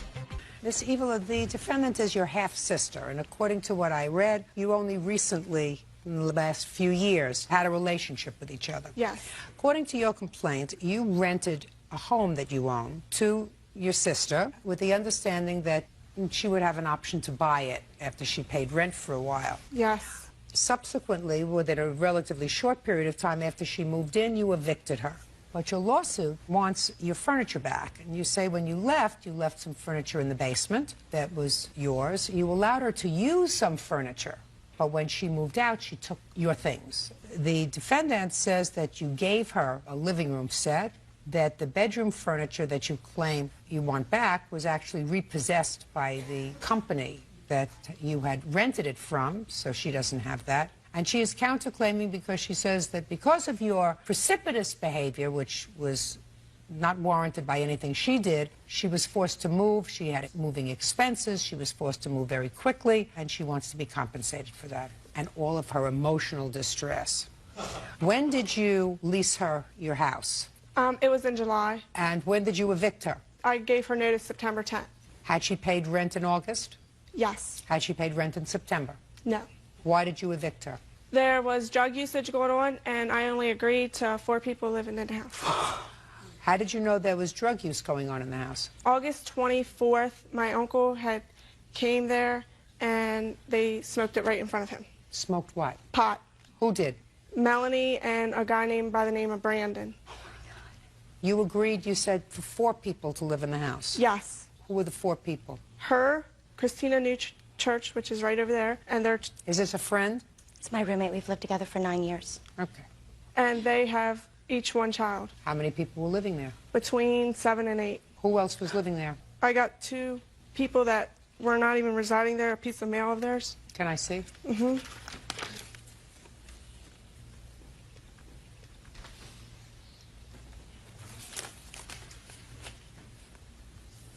Who's Brandon? My cousin. He did not live there. He stayed there occasionally during the week because Christina works 3rd shift, and he tended the kids. I did pay him. Where did he live otherwise? He lived with his father. Was Joseph? My husband. Some of my utilities were in his name. My husband and I have been separated for... Tell me about the furniture. We did have a verbal agreement about the living room set. If she purchased the home, it would be added in with the cost of the house. However, she didn't buy the house, so the furniture didn't come with the house. And I did try to call her. Go ahead.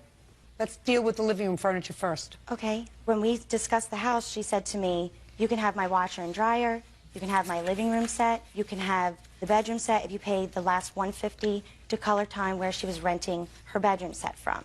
I said, I have an antique set, I don't want the bedroom set, but I will take the living room set because mine is used. The living room set was stained with marker. One of her children must have wrote on it. Her husband works on cars. There's massive grease marks on the one where he must have sat regularly, which I have all pictures to show. She gave me the living room set. She never said if you purchase the home or if we don't come back, Because when she actually on September 10th asked me to move out, she told me it was because her grandmother threw her out of the house that she was staying in South Carolina.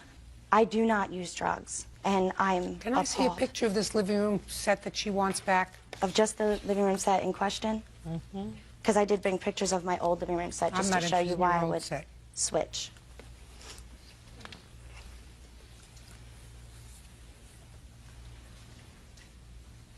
You're talking about the sofas and the end tables as well? And the coffee table. And I did attempt to take pictures of the markings. For when I left, there might have been a little bit of like grease stains, but there was no marker on my living room set. It was only... When did you purchase it? February of 2 years ago. You have a receipt for it? Mm-hmm. Can I see it, please? And who lived in the house with you? My husband and my 2 children. How old are your children? 1 and 2. This doesn't tell me when you purchased it. Take that, please, Bert. Return that to her. I don't know what this furniture looked like when you left, but certainly a month later, it looks pretty used and pretty abused to me. And when you have 2 young children, that's what furniture like this looks like. Certainly not worth much. You'd have to pay somebody to take it out. You would. You'd have to pay somebody to take out these 2 sofas. What's next? What about the bedroom's furniture? I purchased that, and I actually have the original bill. And when I got into my house in late September, I came to clean it up and stuff. The bed was set up, but it was sliced. The bed was set up in the basement like someone had been sleeping there. So what are you talking about? Just the mattress? The mattress and the headboard was damaged, and I have pictures of that. Who slept on the mattress? When we lived there, me and my husband. When I lived there, no one. I had my own set. Fine. Did you slice the mattress? I did not. I also have a letter from Color Time stating that they repossessed her bedroom furniture that she left in the basement. We're not talking about that. We're talking about the mattress. Oh. And they took the dressers, by the way, because I had asked them to take the dressers. We're not talking about a whole bunch of money. I mean, we're certainly not talking about $3,500. Maybe we're talking about $100. I'm just trying to figure out why we're all here. I'd like to make a statement on that. Go ahead. Judge Judy, because I feel that we're here for the same reason that Jessica, the only time she ever interacts with me is when there's trouble to be made. When she needs something, she'll call me. When she needs a babysitter, she'll call me. I actually paid money to find her because I wanted to know my sister. And the only thing that's coming out of this, no matter how you look at it, is a destroyed relationship. That's unfortunate. When did she tell you to move? September 10th. And when did you move? She gave me until September 28th when she started calling the law and having her stepfather threaten to put me out the quote-unquote old-fashioned way. Did anything happen September 10th that precipitated this? No. I basically had coming back to Pennsylvania. My grandma her name's on the house also, so she had a decision to make, and she made that. That doesn't give me an answer. That's a lot of double talk. You were coming back to live there, is that right? Yes. All right, so you were coming back to live there, so you told her to move. Yes, well, the drug usage was the reason why. No. Because if the drug usage was the reason why, you would have told her to move on August 24th or August 25th. You didn't. Or the 26th, 27th, 28th, 29th, 30th, 1st, 2nd, 3rd, 4th, 5th, 6th, 7th, 8th, and 9th. You told her to move on September 10th because you had to come back to your house. So stop making up excuses. You get it? Yes. And you had a responsibility to give her 30 days notice. You didn't do that. In that town, you only have to legally give 10 days. Because you're not allowed to legally rent without a renter's permit, and she didn't have one. Not nice. So you get nothing. Not even the $100 that maybe your mattress is worth if it was destroyed, and maybe your coffee tables were worth. Because what you did was the wrong thing. Because they're living there with, let's say, 4 people, including 2 children. 2 children who by September 10th have started school, have settled in, and because you can't live where you were going to live and had to come home, you told them to move and gave them what I consider no notice. Not even the right thing to do to a stranger, but to do to somebody who's related to you? Outrageous. Now, where did you move? I live in Dover. I'd like not to say exactly where because... Fine. Did you pay her September's rent? I did. I have that here. Can I see it, please? Then she didn't pay August. She paid 1 month. How many months' rent did you pay? I only paid September because when she moved, I was supposed to move in September 1st. When she moved, she had gone down to South Carolina and came back. There was some, flooding. People were messing around with her house. She said, Melanie, please just move in as soon as possible. I had to clean up as well. Just a second. When did you move in? Mid-July. Well, then you should have paid 2 months' rent. You only paid 1. You saved a little bit of money so that you had enough money to put down on another apartment. going to entertain? Yes, the only problem that I had was just finding something. I mean, we moved, we And you lived found just fine. something? Yes. That's good. Can I say something, Matt? The electric and gas was shut off September 22nd. When my grandfather went the 26th, everything was moldy, the freezer, everything. So they were out for a Listen while. to me very carefully. You did the wrong thing. You wanted to move back to your house. You wanted her out. It had nothing to do with drugs or other people living there. It had to do with you coming home because you had no place else to live. So I don't know why you're suing her, because the truth of the matter is, if you hadn't brought this lawsuit, she wouldn't have counterclaimed. She was willing to forget it. Yes, I made I Forget redid an it. entire It's over. room. It's over. You did the wrong thing. You owe an apology, not a lawsuit. Case is dismissed. That's all. Parties are excused. You may step out. 22-year-old daycare provider Melanie Bartlett is suing former client Thomas Jones for unpaid daycare fees and late charges. Thomas says Melanie left his son in the care of a certified schizophrenic. Miss Bartlett, you run a daycare service, is that right? Yes, I do. And Mr. Jones had one child, Yes. a little boy, Yes, ma'am. enrolled in your daycare. Is your claim that he took the child out of daycare without giving you notice, that he owes you for a certain period of time that the child was there when he didn't pay, and he also owes you for a whole bunch of late fees because he took the child out without notice. Mr. Jones says that he owes you some money for the daycare. That's correct, Your Honor. It is his claim that he had good cause to remove his son from your daycare because you were not properly caring for him. That is not true, Your Honor. So let's resolve what we can resolve, and then we'll get on to what's in dispute. How much money, Mr. Jones, do you owe her for the time your son, who was how old at the time? 14 and a half, 15 months, Your Honor. How much do you owe Miss Bartlett for the time she did, in fact, care for him? Approximately 2 weeks, Your Honor. Okay. That's And untrue. He paid me the first week, and then after that, I had no other payment from him. Well, I'm trying to recall. First weeks were paid in full. The second week, I received partial payment. That's what you said. $45. Well, Yes. but you have to add that. Yes. So we paid you partially. Yes. For the second week. So each week was how much? Ms. Bart- $160. And the late fees are $10. Just a second. $435 is what you owe her for the time your son was there and you didn't pay. That's correct, ma'am. Now let's get to termination fee and all of that stuff. Miss Bartlett, how many children do you take care of? I just started my daycare, so I was in the process of getting my license, and he was my first customer. Were you licensed at the time? No. I made him aware of that. I have the paperwork that I was in the process of getting the license, and That's I made him untrue, Your aware Honor. of that when he enrolled his son. At the time you took care of him, you were not a licensed daycare provider. Is No. that what you're telling me? I was in the process of getting the license. It was just paperwork. At the time you No. took care of his son, you were not a licensed daycare provider. No. Did you know that? No, ma'am. How did you locate her? Through the internet. Do you have a copy of the ad? Unfortunately, I do not, Your Honor. I do. Let me see it, please.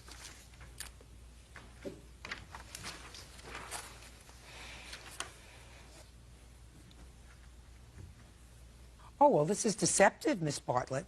Melanie Bartlett, that's you. License number upon request. The only choice was to put in a license number or to say upon request. And I was No, in the process. choice is I don't have one. That's your choice. When I say it's deceptive, it says upon request. Upon request means I have one and I'll give it to you if you ask me for it. So that's deceptive. Now let me see the contract that he signed. In the contract, do you say that you are not licensed? I didn't mention anything about being licensed or not licensed in the contract, no. Well, then that's deceptive, Miss Bartlett. That's one thing. Got to ask questions. Yes. Better questions when you're turning over the most precious commodity that you have to somebody that you don't know. Your license, check to make sure it's a valid license with the state. You know how to do that now? Yes, ma'am, I do. All right. The most egregious thing, if it's true, is he removed the child from your care during the second week in October. Is that right? Approximately that, yes, ma'am. And on October 7th, according to you, something happened. Want to tell me what happened? I was informed by Melanie that she was going to a funeral. She asked if she could take my son to this funeral. She told me her mother would be going to watch my son. That is untrue. I don't want to hear. I agreed to this, And I later found out that my son was left in the care of someone who was not qualified, alone in a car with him for, I don't know how long, maybe 20, 30 minutes. And this individual happens to be a state-diagnosed schizophrenic. And, That's what you wrote. And I'm very fortunate that nothing happened to my son, that this wasn't a point where, something went wrong. And after that, you took him out. Yes, ma'am. Go. He knew the day before my ex-boyfriend was doing work with him, and he informed him of the funeral that I would be attending. He brought it up as soon as he came to pick up his child that day, and I told him I had a friend who could watch his son, and I told him it was the friend he was referring to, who happens to be schizophrenic. That's not true. And Listen he to said me. that there was nothing wrong. Listen to me. You have to skip a funeral. You have a job. I know. Listen to me. Did you leave this child in a car? Yes. Wrong. You don't do that. I left him in there with my friend. The air conditioning was on, and it was Listen 10 to minutes. me. That's not your job. You have one job when you take care of a 14-month-old baby. He and it's didn't not say to go. anything that I'm he didn't want speaking him to to you. go. And it's not to go to a funeral. And it's not to leave a baby in a car. And it's not to leave a baby in a car with someone who is on disability for a psychiatric illness. Because according to what you said in your statement, because you anticipated what he was going to say, I was attending a funeral for my ex-boyfriend's family member. I left Jacob asleep in the car for a total of 10 minutes with a good friend. He is a schizophrenic, but he's been on his medication. Did they give you a license? Yes. That's a big mistake. I would trust him with my own 9-month-old daughter. and That's he's watched your her on several prerogative. occasions. Listen to me. That is your prerogative. You can trust him with your 9-month-old if you wish. You cannot trust him with somebody else's 9-year-old. Do I make myself clear? Yes. So you don't get termination fees or late fees or any other fees. He knew the day before that... Listen, I don't care what he knew. There is no way that you're going to tell me that you told him that you were going to leave his son in a car with a diagnosed schizophrenic but who's taking his medication. I don't believe that you told him all of that. My mother was there when I told him that. I wouldn't believe you if you told me or your mother told me that. What I am going to give you is the money that he owes you for the time that he used your services. It's written in the contract about the late fees. He gave me no notice. I had no I wouldn't indication. give you a second notice. I had no idea he was not going to bring his son back to me. Listen We to me. moved- I don't care whether you knew or not. You're not getting it. Maybe your mother can explain it to you. Maybe the state where you live will listen. Because after what I said to you, if you still think that it was appropriate to leave a child in the care of a diagnosed schizophrenic who receives disability, that speaks to your judgment in caring for infants ages 0 to 2, which is what you wouldn't let you take care of a guppy age 0 to 2. Judgment for the take care of plaintiff my in the amount daughter of $435, and you're lucky you're getting it. That's all. Harder is suing her ex-husband's new girlfriend, 38-year-old Denise Novo, for defamation of character. Jackie alleges that Denise passed out flyers in her neighborhood accusing her of being a child abuser. Denise says the flyers are true. Order, all rise. Your Honor, this is case number 244 on the calendar in the matter of Harder versus Novo. Parties have been sworn in, Judge. You may be seated. Have a seat, please. Have a seat, ma'am. Mrs. Harder, the defendant, according to your papers, is the present girlfriend of your former husband, Correct. who you allege defamed you Yes. in your community by slandering you and by publishing flyers demeaning your character and saying things about your children. Yes. Well, is this the ex-husband? Yes. Do you not get along with each other? No. You don't get along with him and you don't get along with her? No. I get along with him if she's not involved. How many children do you have? 2. How old are they? 9 and 6. And how long have you been divorced? 6 years. So you were married for a short period of time. 5 years. Tell me about this defamation.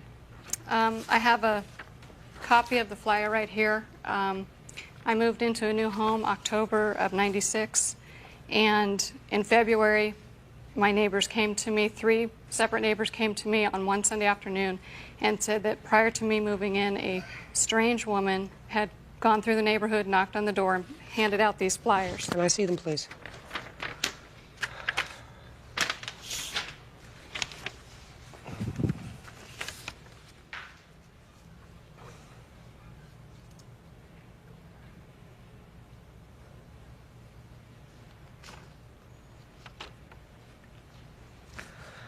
Stop.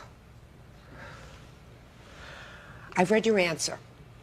Now, according to your answer, you don't deny that you went up to some of the neighbors in the new place where she was moving in and had conversations with them, correct? Correct. You didn't discuss these flyers in your answer, but I assume these flyers are flyers that you gave to them. Is that correct? 1. Correct. So why don't you explain why? They were meant for a telephone pole. What? They were meant for a telephone pole in the neighborhood because we were concerned for the children. Who was concerned for what children?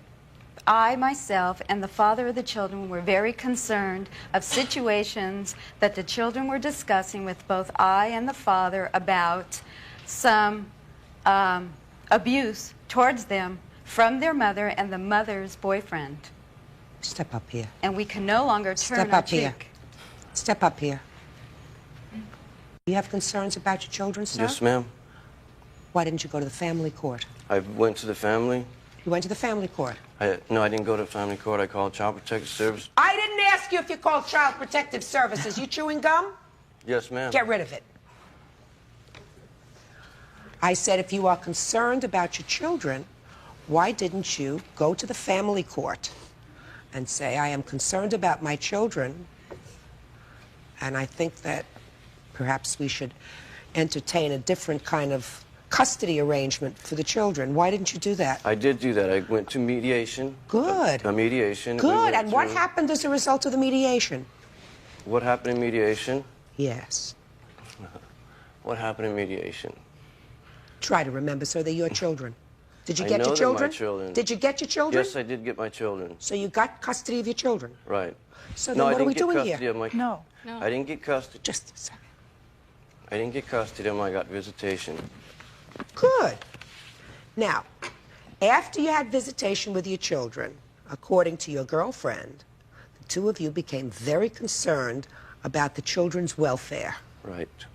So why didn't you go back to court and say, circumstances have changed. I would like to have a hearing with regard to custody of my children. I would like my children to have their own attorney that they can speak to, right? And resolve the matter in an orderly fashion as you did with your visitation request. Why didn't you do that? Well, the man that I was talking to, the mediator, he said if there was any problems to come back and talk to him. There was a statement that he issued, and it was a court order, that she not degrade me in front of the kids and to leave me alone. Degrading you in front of the children. Right. That's your primary concern. No, it's not my primary concern, but these children are going, they're not, how do you say it? Excuse me, I'm not well spoken. But my children are going through hell right now. You think that this makes it better? Well, I think I've already gone to the Child Protective Services. I went through the school. Nobody If you else went to would Child help me. Protective Services, that means that Child Protective Services did an investigation. Huh? Yes, they did. And did they take any action? No, they didn't. And how many times did you go to Child Protective Services? 3 times. And of the 3 times that you went there, was any action taken, any case filed against their mother? There's an open case, but nothing was filed against her. And the children remain in her care? Yes. Do you have any children, madam? Yes, I do. Where are they? She's 17 years old. Where? That's not what I asked you. I didn't ask you how old she is. I said, where is she? She's at home waiting for a job interview. At home where? In Santa Barbara. Is that where you live? Yes, that is. So she lives with the two of you? Yes, she does. She finished school? No, she hasn't. Why not? She's a junior in high school. I don't understand what you mean. She's waiting for a job interview. She has independent studies. Why? I pulled her out of the school system. Why? I don't like the high school near my home. Mm-hmm. Huh? Is that your only child? Yes, it is. And when did you pull her out of school? How old was she? September of 96. Mm-hmm. How long have you been living in the same place, sir? Since... No, it's... What? Don't ask her. Oh, I'm not good with dates, excuse me. You're not good with language and you're not good with dates. What are you good at? Judge Judy continues in a moment. Did you ever pull your kids out of school, Bird, to put them in independent studies? No, Judge, not I at had all. 5 kids. I never pulled my kids out of school for independent studies.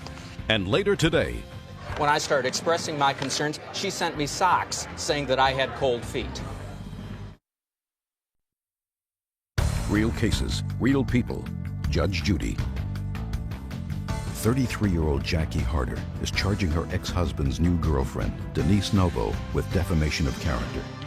Jackie says when she moved into a new neighborhood, Denise passed out flyers to the neighbors, falsely accusing her of being a child abuser. Denise says that it's true. You two must be very smart people in order to teach this child yourself. He doesn't know dates, he doesn't know anything, and you do this.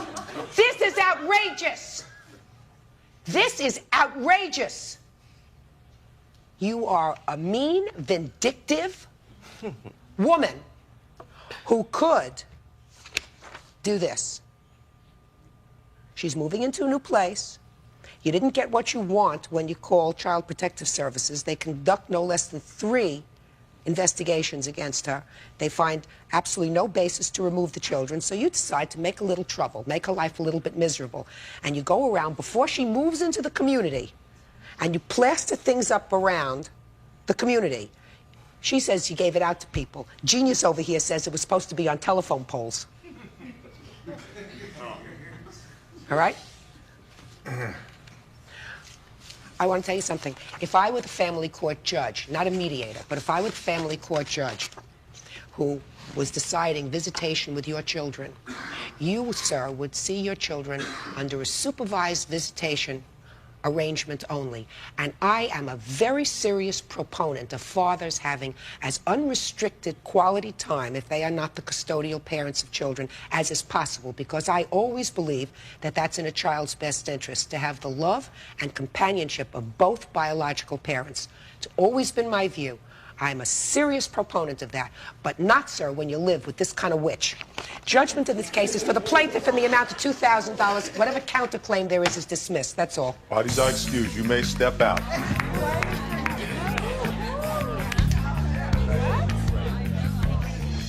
And now the next case. Parties on Licht versus Water. Step forward, please.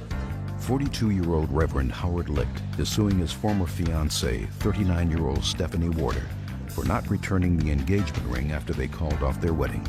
Stephanie says she was embarrassed by his change of heart. Simple case. You are Reverend Licht? Yes, ma'am. And Miss Warder, according to these papers, you became engaged to each other. That's correct. You purchased an engagement ring for the defendant. You changed your mind. Yes, ma'am. Called off the wedding. Want the ring back? Yes. That's pretty simple. How long were you engaged before you changed your mind, sir? A couple of months, Your Honor.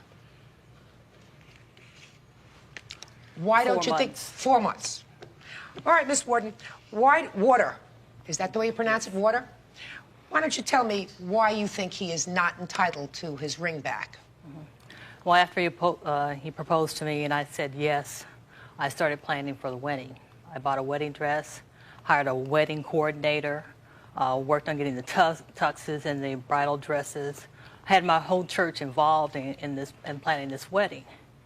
And then he calls it off, but doesn't really call it off. He says, well, why don't we just postpone the wedding? It's okay, we can do that. But then he never would talk to me, with no communications whatsoever. Every time I tried to talk to him, he would be abrupt with me, sure, had something else to do. And I thought we were trying to work this out. Did you know why he had called off the wedding or why he wanted to postpone it? He said that he didn't like the way I talked to waiters and waitresses. Is that the reason you gave her? That was among other things, yes. At one point, we had a discussion about her having her hair done, and I was curious. She had told me that she had a speaking relationship with her stylist, and I said, well, what did your stylist think about the hairstyle you wanted? And she told me in no uncertain terms that her stylist had nothing to do with her decision. She was capable of making decisions on her own. It took me aback. I work with a lot of people. I listen to a lot of professional opinions, and while I may not always follow those opinions, when I make my decision, they are informed. I just began to think about what's the marriage going to be like if she makes all the decisions without any input. I did have input from people, but the final decision is mine when it deals with my hair or something that deals with me, my car, my house, or whatever, because I am the one that has to live with those decisions. Have you been married before? No, I have never been married before. But you have, sir? Yes. Never According been to engaged. these papers, a couple of times. Yes, ma'am. And engaged? A few more times? Yes, ma'am. How many times? I was going to ask, but as long as you did. Well, there have been a number of engagements. Altogether, how many times? I would say probably 7 or 8 different times. Judge Judy continues in a moment. He would get me upset about this or wanting to talk. And then, of course, it was time to go to bed because he had to get up and preach the next morning. Real cases, real people. Judge Judy. 39-year-old Stephanie Warder says when her fiancé, 42-year-old Reverend Howard Licht, broke off their engagement, she had already spent hundreds of dollars planning the wedding. So she kept the engagement ring to help make up for the loss. Miss Warder, how much did you actually spend on planning the wedding? Your dress, things that you could not return. I spent probably with the dress and the plane tickets to fly down to visit him, around $1,000. I'm not talking about the plane tickets to fly down to visit him. I'm talking about you paid for your dress. Right. Were you able to get the money back? No. And how much was the dress? $640. And did you give any money to your wedding coordinator? No, because she was a friend of mine and she decided not to. That's not a big deal. I've never been married before. I've never been engaged before either. This was the time that I was going to do it. I was 39 years old when he proposed to me. I didn't think I should have any problem about taking the wedding dress back because this was going to be it. When you accepted this ring, did you know that he had been married twice before? Yes, I did. When you accepted the ring, did you know that he had been engaged 8 times before? Yes, I did. But I also decided that I should not hold his past against him.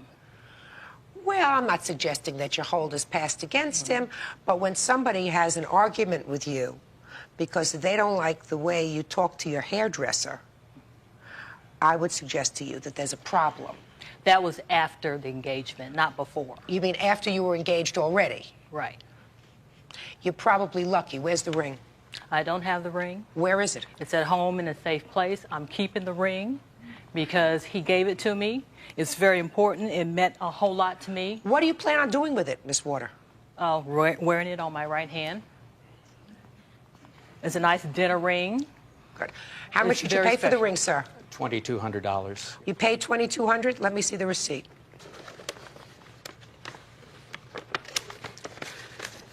Now, Miss Warder, I'm not going to send a posse to your house to get the ring. It's up to you. But if, you know... I'm not going to give this ring back. Well, then you're going to have to pay for it, madam. Listen to me. So let me explain why to you, because I think that that's fair. There's a difference between a broken engagement and breaking up a marriage. This guy clearly has some problems. That's if he makes a big megillah over your hairstylist, That's not somebody that I, after waiting 39 years, would want to hang my hopes on for a happy future. So you're probably very lucky that it ended when it did after 4 months. The fact that it was an embarrassment to you, I can understand.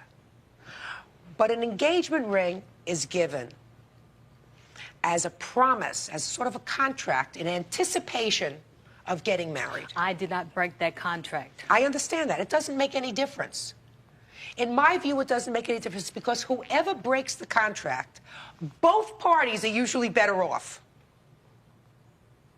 I mean, are you suggesting to me that you would have wanted to have married this man, gone through with the ceremony, and found out what you know about him now 3 or 4 or 5 weeks after you got married, or 5 months after you got married, or perhaps after you had children together? Come on, be smart. You're getting away cheap. So, in my view, irrespective of whose fault it is, of who's willing to stand up and say... Why should he get back everything when I am the one who's the loser here? Just a second. I'm going to see to it that you get back the money for your dress. That's going to be deducted from the cost of the ring. Absolutely. Now, if you're prepared to give him back the ring, I'm prepared to enter a judgment against him for the cost of the dress. Do you understand? Yes. Yes, ma'am. Because I don't think that because he changed his mind, you should find yourself in a position of being out financially. Doesn't that sound fair? Yeah, the humiliation that goes along with it, too. Well, but you know, you have to balance the humiliation, Miss Water. Yeah, my whole church knew.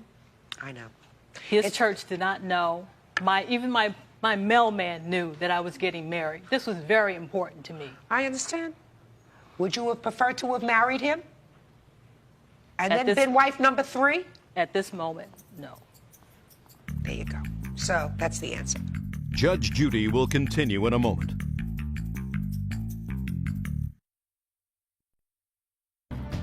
Your Honor, will that be a monetary judgment for the balance? Well, unless I can convince Miss Water that she should to give up this ring because it's going to be a constant reminder of this very bad period of time. It is not a reminder of bad times for me. It's a reminder of all the good times for me. Okay. I am not giving it back. Very good.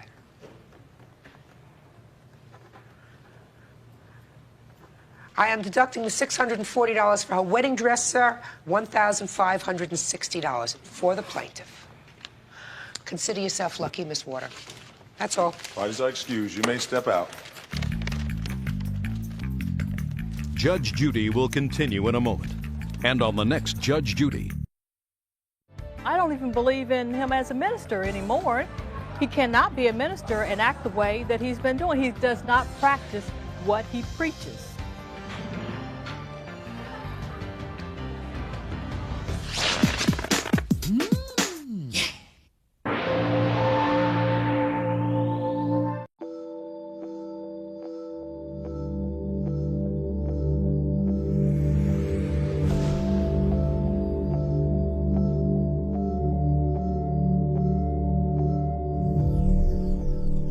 Mike Stipke, claiming he broke a table when he fell over in a drunken stupor at her daughter's birthday party. Mr. Stipke is countersuing for his medical bills. Order, all rise.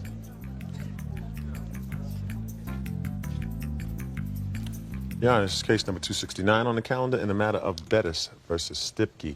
Parties have been sworn in, Judge. You may be seated. Have a seat, please. Have a seat.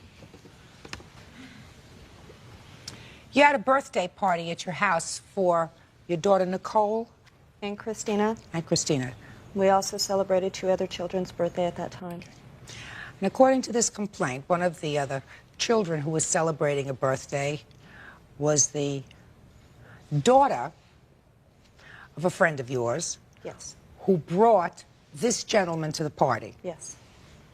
So you came, sir, as an invited guest. Yes, ma'am. Of this lady? Yes.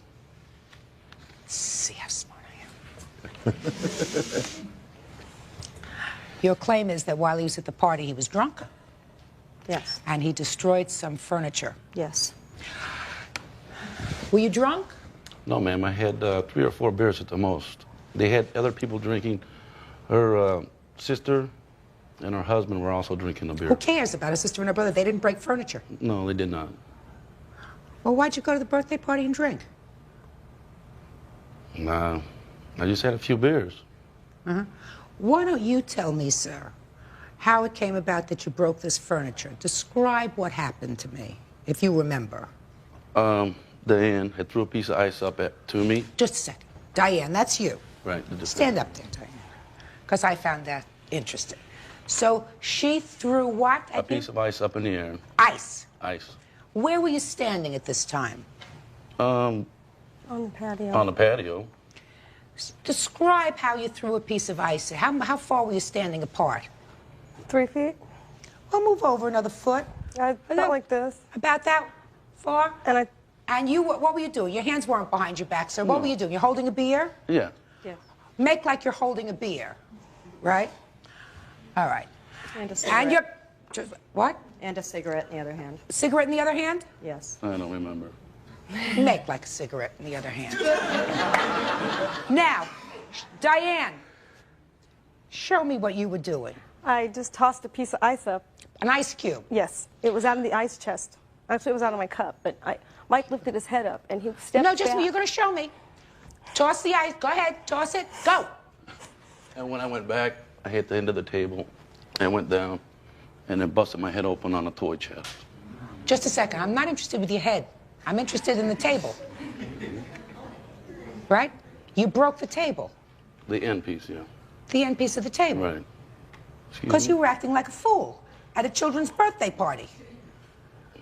He had 3 or 4 beers. She's throwing ice cubes at you, and you're catching them in your mouth, right? And I say this to you, sir, because to add insult to injury, you filed a countersuit in this case. You're suing her because you fell and broke your head and split your head open. What does that have to do with her? What does that have to do with her? That was her house, and I was on her property, and I went through pain and suffering through the deal. So whose fault was that? It was my fault. So what are you suing her for? For the pain and suffering I went through. Why is your pain and suffering her problem? If you get listen to me, sir. If you get out of bed in the middle of the night, right, to go to the bathroom, and you stub your toe on a chair, and you break your toe, do you sue the chair manufacturer? Huh? No. No. Now, the table didn't have 3 or 4 beers and move. Right? No. So I'm really trying to understand what was in your mind when you filed this countersuit. Her lawsuit, I understand. Okay. Okay. That was easy. Okay. That was easy. Okay. Is that pretty much what happened? In general, yes. We offered to call 911 or take him to the hospital. He refused. You were No, being... no, that is not true. Doesn't make any difference. I want to know about the table. Okay. Basically, the table was broke on one side, and he broke a chair. So did you have it fixed? Were you able to repair it? We tried to get it fixed. They were not able to fix the table and the How chair. did he break a chair? He was sitting in it, and when he leant over to get a beer off the table, he broke the chair. He broke the... Well, that happened before the table. Right. You remember that? No, there was no chair broken, no. You don't remember a broken chair? No. There was not a chair broken. How was it broken? You have a picture of it? Yes, we do. It's basically just a little metal hinge that fits into the grooves of the side of the chair. It's a folding chair, little wooden folding chair. And so did you fix the folding chair? No, there's nowhere to fix the metal piece. Did the party continue on after this happened with this fall? Once they left, the party did end, yes. Yes, ma'am. He fell backwards, and I came watching over there, and Mommy and Mommy's friend and Diane, they tried to doctor him, but they rushed him to the hospital. Thank you. Did you have a good time at your birthday party? Hmm? You didn't. Why not? Why not? It's okay. You can tell me. Ooh. Tell me your name. Tina, fix it, Tina. No, she's all right. She's all right. I won't ask her any more questions. Thank you. Evidently, she didn't have such a good time at the birthday party. No. She does not want me to throw any more parties for her again because of what happened. Why? Because basically she seen him walking around drunk and fall down and shed blood all over at her birthday party. Judge Judy continues in a moment. I was told they were going to pay $50 each Sunday. I did not get any money, so I took matters into my own hands. And later today, I certainly wouldn't make damage in broad daylight with a neighbor walking outside in the street. The police were there, and he fled. real cases, real people. Judge Judy. 35-year-old Cynthia Bettis says Mike Stipke ruined her daughter's birthday party when he got drunk and broke a table. Mike says it was all an accident and is countersuing for medical bills. How much was the table worth? About $200. Okay. I have a letter from the lady who owns the table.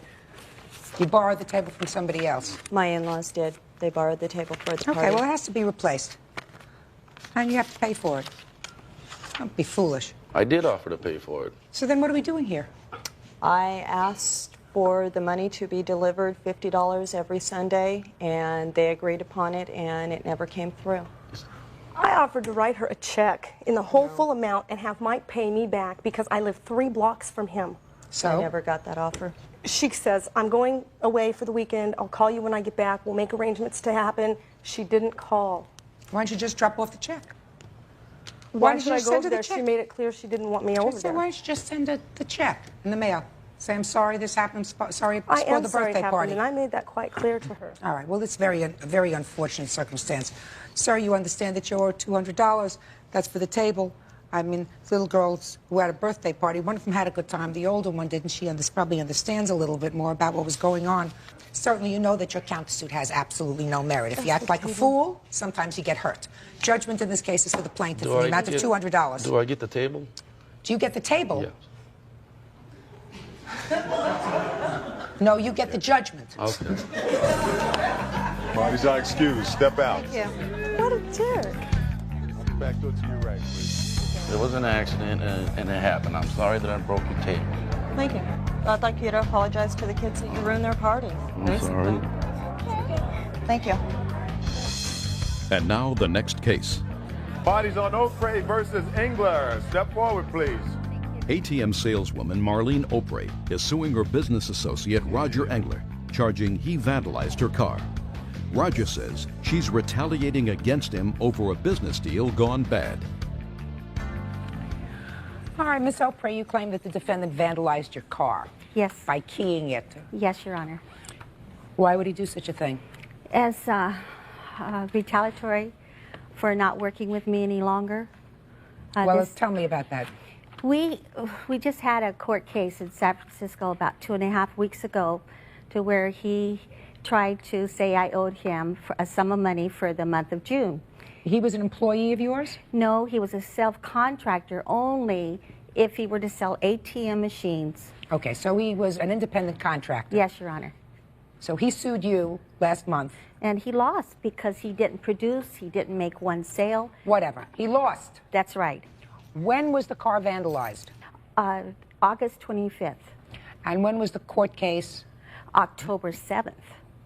So the car was vandalized before the court case? Yes, it was. Okay. Did you report it vandalized? Yes, ma'am, I did. Where was it vandalized? Tell me about it. It was in my carport. My daughter saw him do it. And this is Linda, my daughter.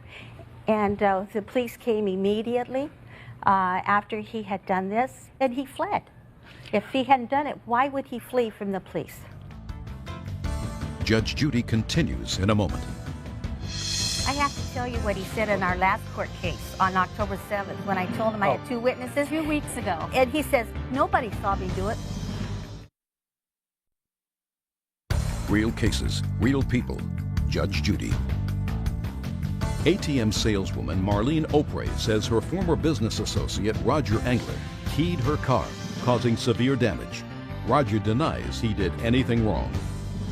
You say, your mother says at least, that you actually observed him. Yes, I did. Tell me what you saw. Your Honor, he came to the house around 8:30 or 9 in the morning. I answered the door, and this gentleman was at my mom's door. He asked if Marlene O'Prey was there. I asked who he was. He did not want to leave a name with me.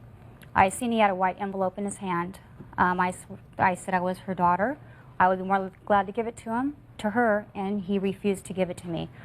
So I shut the door. I went in, I told my mom, she was in the shower at the time.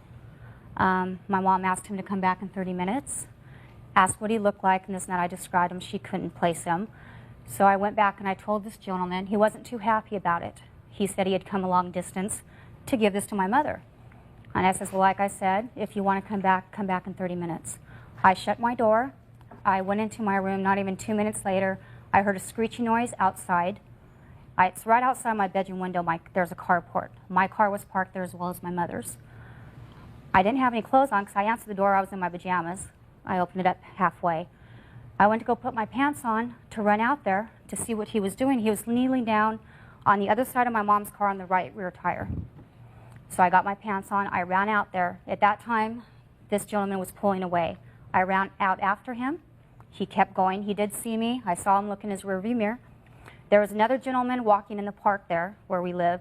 He said this gentleman had parked there for a while there. You can't tell me what the other gentleman said. So you actually saw him kneeling against your mother's car? Yes, I did. You did not actually see him scratch your mother's car? I seen him kneeling there. I heard a noise. You heard a noise Yes. and you saw him kneeling near the car? Yes, I did. Okay. Had you parked the car there the evening before? Yes, I did. And when you parked the car there, can you describe its condition to me? It was good. I mean, What I'd kind of a been car is it? driving all day. I had not been out of the car. I'd been on a long trip. And I'd parked there about 11:30 at night. And, Your Honor, we have security at the park, so nobody came in. Do you have pictures of the car? Yes, I do. May I see it, please? Yes.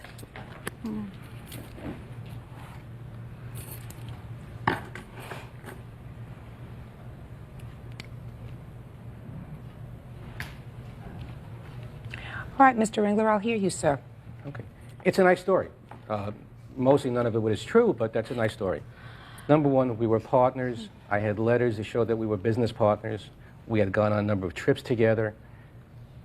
We were supposed to share income and so on. I'm not interested in the other lawsuit, sir. No, I you understand. lost the other lawsuit. I'm just giving background. She owed me money. She kept on promising she was going to pay money. And then all of a sudden she was disappearing and she wasn't returning calls.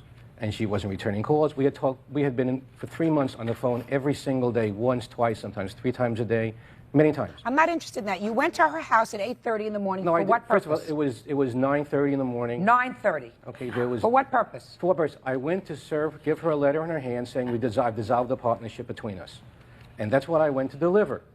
Her daughter came to the door. She was dressed. The door was open. She said, "Who are you?" And I said, "I just came here to give your mother a piece of paper." She said, "Let me go back and find out." She came back and she said, "My mother's in the shower. Can you come back in 30 minutes?" There was a gentleman walking in the street that we exchanged pleasantries. That was the extent of it. Can I see the police report, please? Yes, ma'am. As far as I can see, it's simply retaliation. It's whatever she can do. Nothing to do with me. I see the police were called, sir, on that day, on the 25th of August. So it's clearly not retaliatory because you evidently did not proceed in court until October. Your judgment wasn't until October, the judgment dismissing your suit. She made this complaint the very day of the incident. Okay.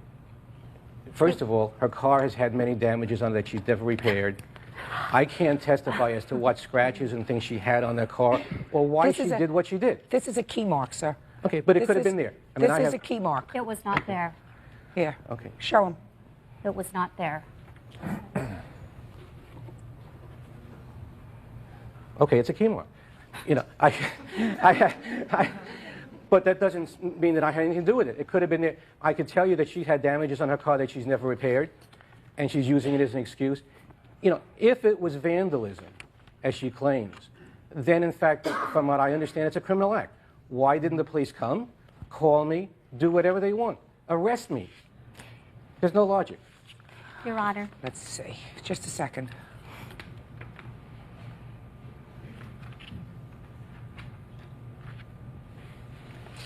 You were given information on how to get a temporary restraining order against him. Did you do that? No, I didn't because I left on a long cruise. And like the police department said, if you're gone, I went all the way up to Alaska and Canada. There was no sense in getting a restraining order. I was going to be gone. For how long? I was gone for 12 days. Mm-hmm. The cruise was before I even went there. The reason I know that is because one of her customers I had spoken to her and called me. The cruise was before. What kind of business are you in, sir? I'm in the ATM business. I sell ATM, cash dispensers, credit card processing, and so on. I was never an employee of hers. I was never a contract laborer of hers. I had my own company. She approached me to be a partner with her and hers. I just asked you, shh.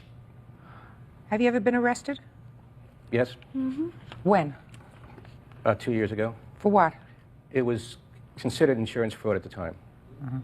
Although it was my own property. It was my own property that was stolen, and it was a nonsense thing, but that's how it was. And you were convicted? Yes. Is that your first arrest, sir? No. When's the arrest just prior to that? That was a case that was dropped on an advertising program that was eventually dropped. Mm-hmm. How long was your probation on the insurance fraud? 2 years. When is your probation up? Oh, it was up before I came to California. Judge Judy is ready to rule.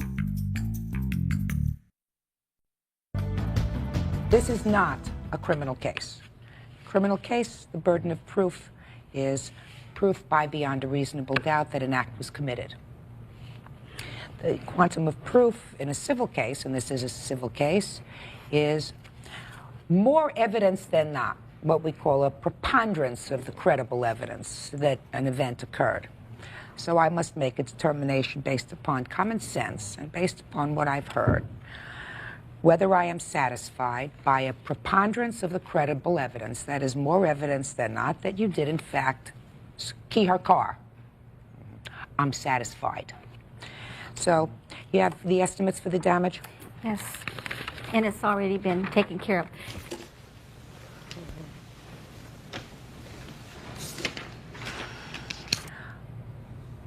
$1,241.25 is what you paid to have the car repainted on both sides. Judgment in this case is for the plaintiff in the amount of $1,241. That's all. Parties are excused. You may step out. Thank you. Judge Judy continues in a moment. And on the next Judge Judy. You know, she never contacted me. She never notified me. The police never were involved. Nothing ever happened. I have to tell you what he said in our last court case on October 7th when I told him I had 2 witnesses. 2 weeks ago. And he says, nobody saw me do it.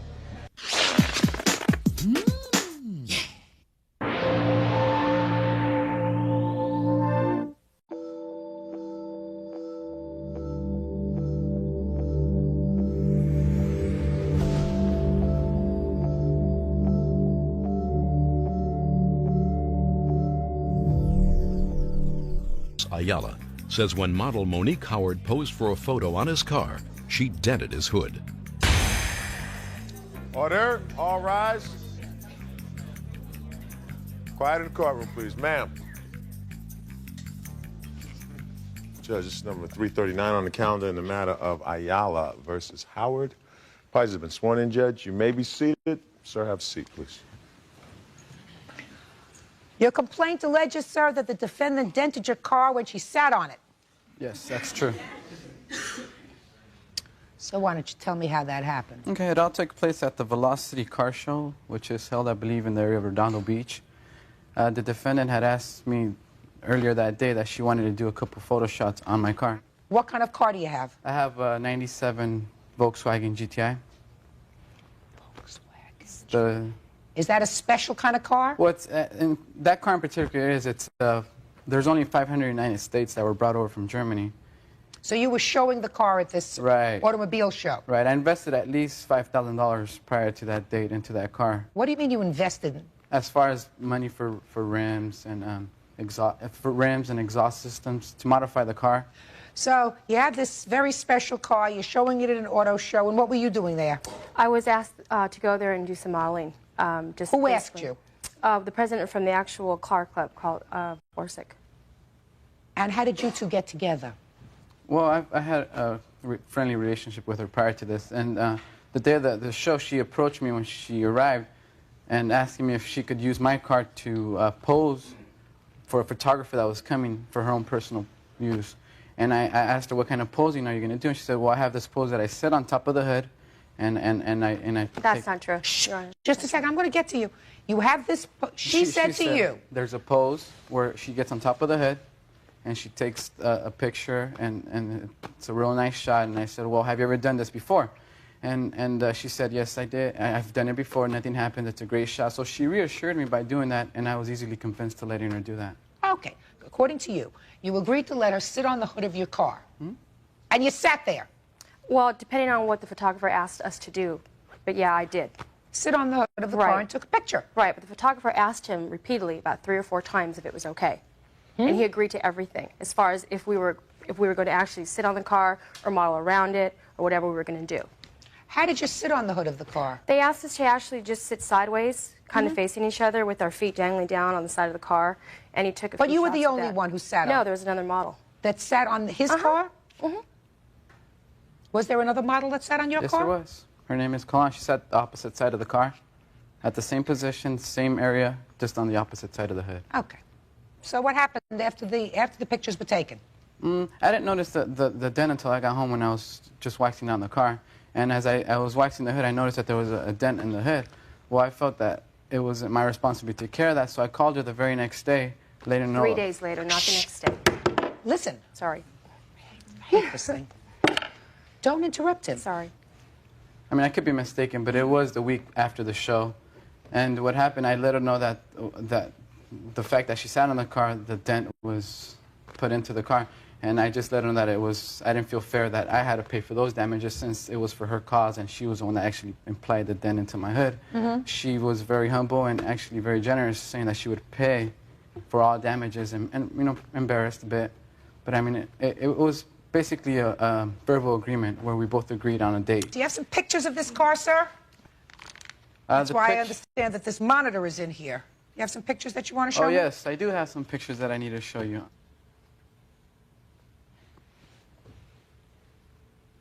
That's the car.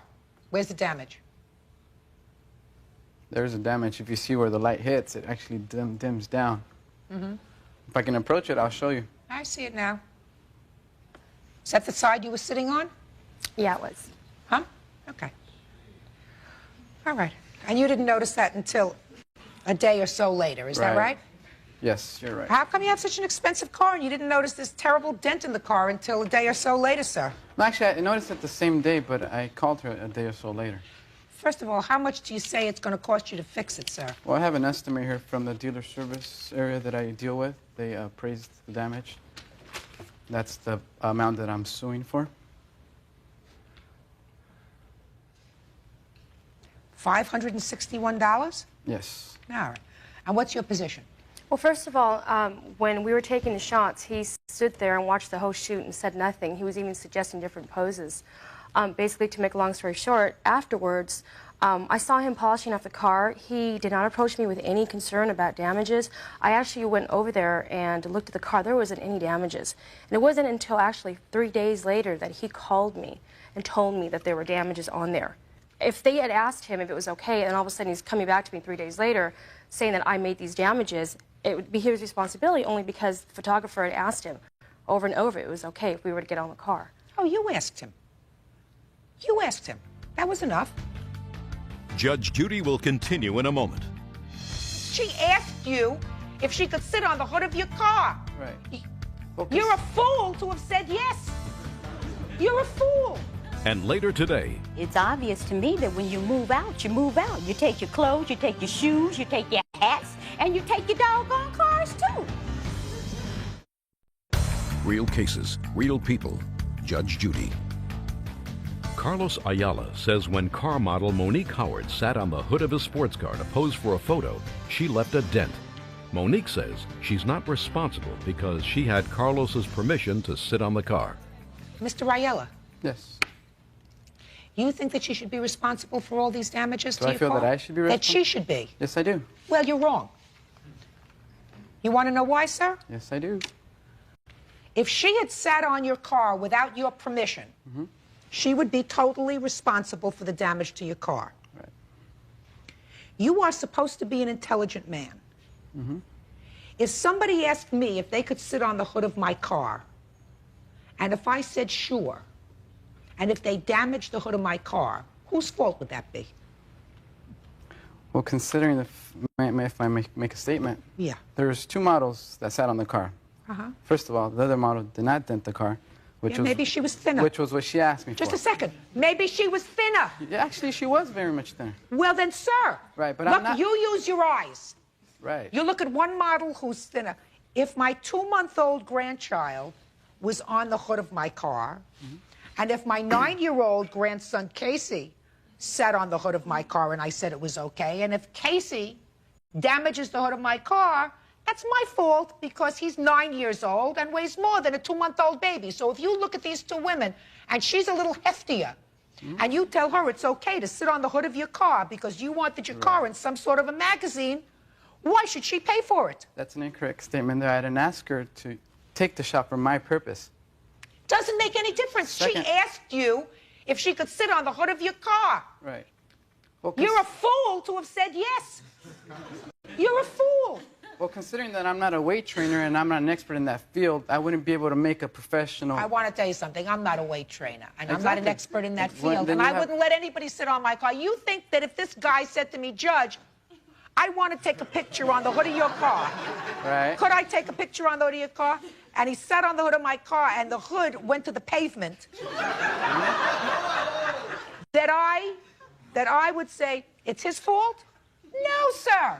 It's my fault, because I was the idiot. Okay. You understand what I'm saying to you? This lady, looking exactly like she did, said, I want to sit on the hood of your brand new, expensive, rimmed car from Germany. From Germany. American And made. you said, sure. And then she sat on your car, and according to you, she dented it, and you think that that's her fault. Not entirely. Dismissed.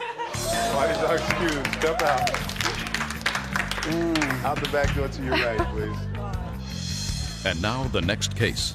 Parties on Jackson versus Mitchell. Step forward.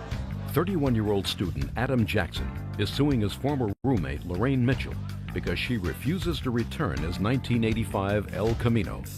All right, I don't think this is very complicated. Mr. Jackson, you and Miss Mitchell were friends, and for a while you lived in her house. Yes, You lived in her house along with other property, an old car, correct. and then you moved out of her house. Yes. And you left your, Vehicle on a property. what kind of car was it? It's an 85 Chevy El Camino And where on the property did you leave the car? in her backyard. Were there any other cars in the backyard?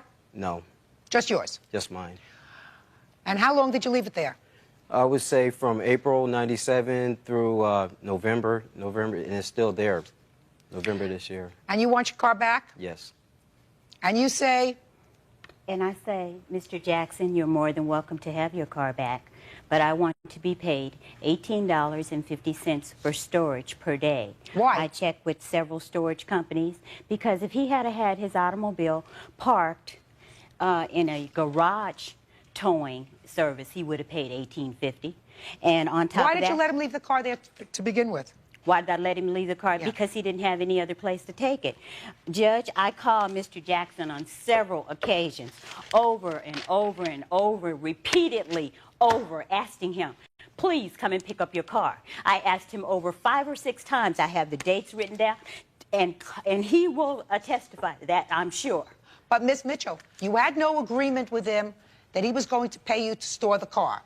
He didn't do the right thing and get the car out of there fast enough. Why?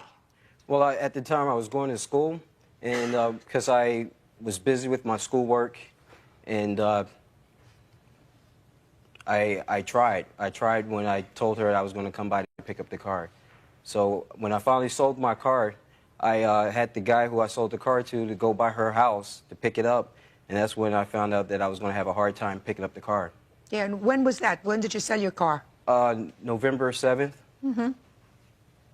And all of a sudden somebody showed up at your property to look at the car? Is that what happened? Well, first of all, a young lady called me over the phone, and she says, hello, I'm Stella. I'm going to be coming over to look at Adam's car. I'm like, huh? Okay. And then the next thing I know, at 8:30 at night, there's a gentleman knocking at my door. I mean, and it's pitch black dark where I live at. And I'm saying, who is this at my door? I'm recovering from a nervous breakdown. He knows I'm ill. Judge Judy, he hasn't even called me to give me the decency to say, Lorraine, someone is going to come over and be looking at the car. Miss Mitchell, how old is he? He's a child. I have no idea. How old are you? 31. Miss Mitchell, you said it. He's an irresponsible child. That's right. No question about that. And this is what this is all about, to teach a irresponsible child about your responsibilities. You cannot go off and leave your merchandise on somebody's property for 6 months and come back and all of a sudden it's yours. You have interrupted my business, Adam. You know I have my pallet business back there. Don't talk to him, talk to me. Judge, I have a pallet business there in the back where I store expensive pallets are back there. We can't put the fence back in place because once I put the fence in, he has to tear the fence down to get his car out. How many times do I have to call him? Adam, come get your car. Adam, come get your car. Adam, come get your car. I don't feel I have to call him that many times. Judge Judy will continue in a moment. You rip and run to Vegas every other weekend with these young floozies, and you don't have time enough to come over and take care of your business.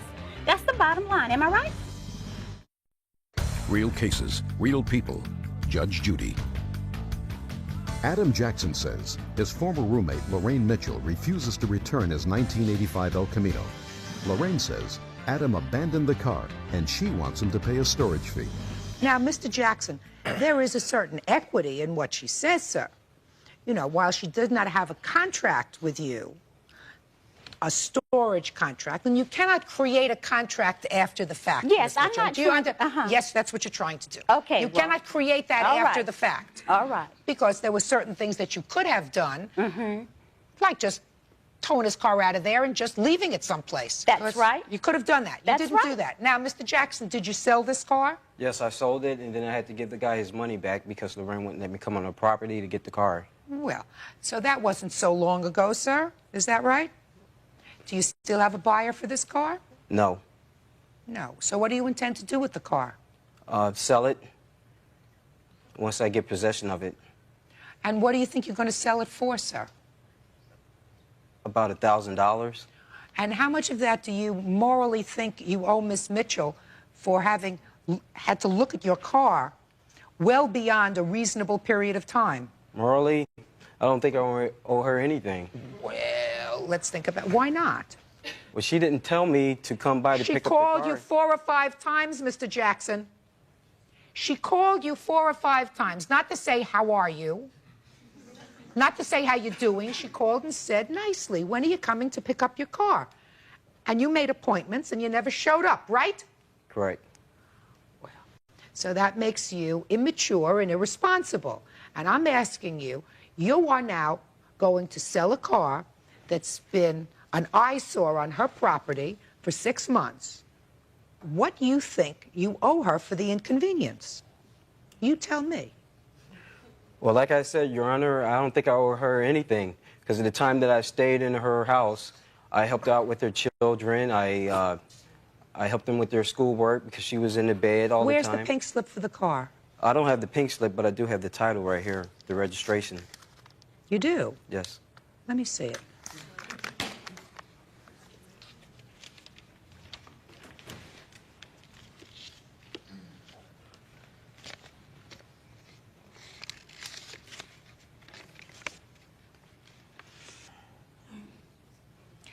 Now, sir, you're going to tell me, Mr. Jackson, what morally you think you owe this lady from the maybe $1,000 that you're going to get for this car, the title of which I hold in my hand. Well, that's a tough one.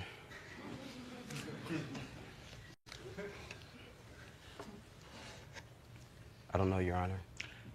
Think hard, sir.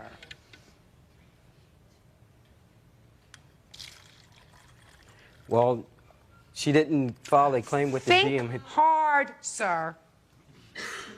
You live in a place where you don't have a place to park your car? Is that right? Correct. So that she was really doing something that helped you, because if you had to move your car within a week or so after moving out, which was what your original agreement was, right?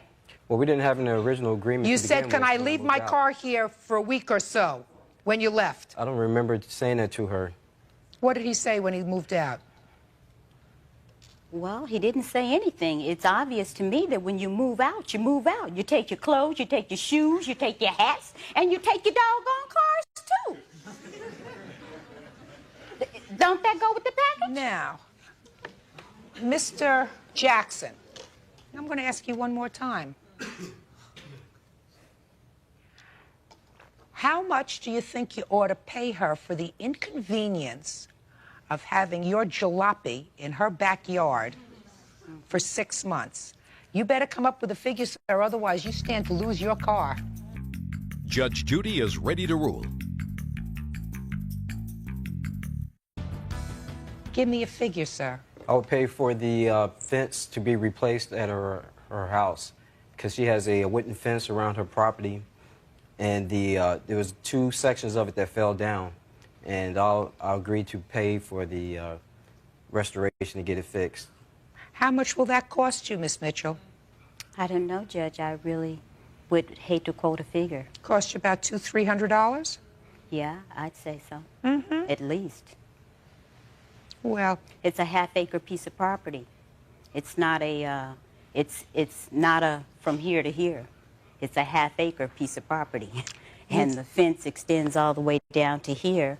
And what happens the reason why it became such an inconvenience and I kept calling him is because when the fence is down, my property is insecure. So, you're going to give him back his car? Yes, ma'am. Miss Mitchell. Uh-huh. Okay? Here you go. Would you give this dirty old title back to him, please? Yes. Don't spill coffee on the title, Mr. Jackson, because you should keep it someplace safe. That's responsible. And you, madam, are going to get $500 to fix your fence. Thank you very much. Very good. That's all. Parties are excused. You may step out. Out the back door to your right. I told you he was going to pay me. Didn't I tell you he was going to pay me? I told him. I said, you're going to be sorry. Judge Judy will continue in a moment. And on the next Judge Judy. Didn't I tell you? Yeah, but you should have been patient with me and give me enough time to get Adam, my car. how much time do I have to give you? 6 months, honey, is a long time. Yeah, but you know my can't go off. situation. I know your situation, yes. You rip and run to Vegas every other weekend with these young floozies, and you don't have time enough to come over and take care of your business. That's the bottom line, am I right?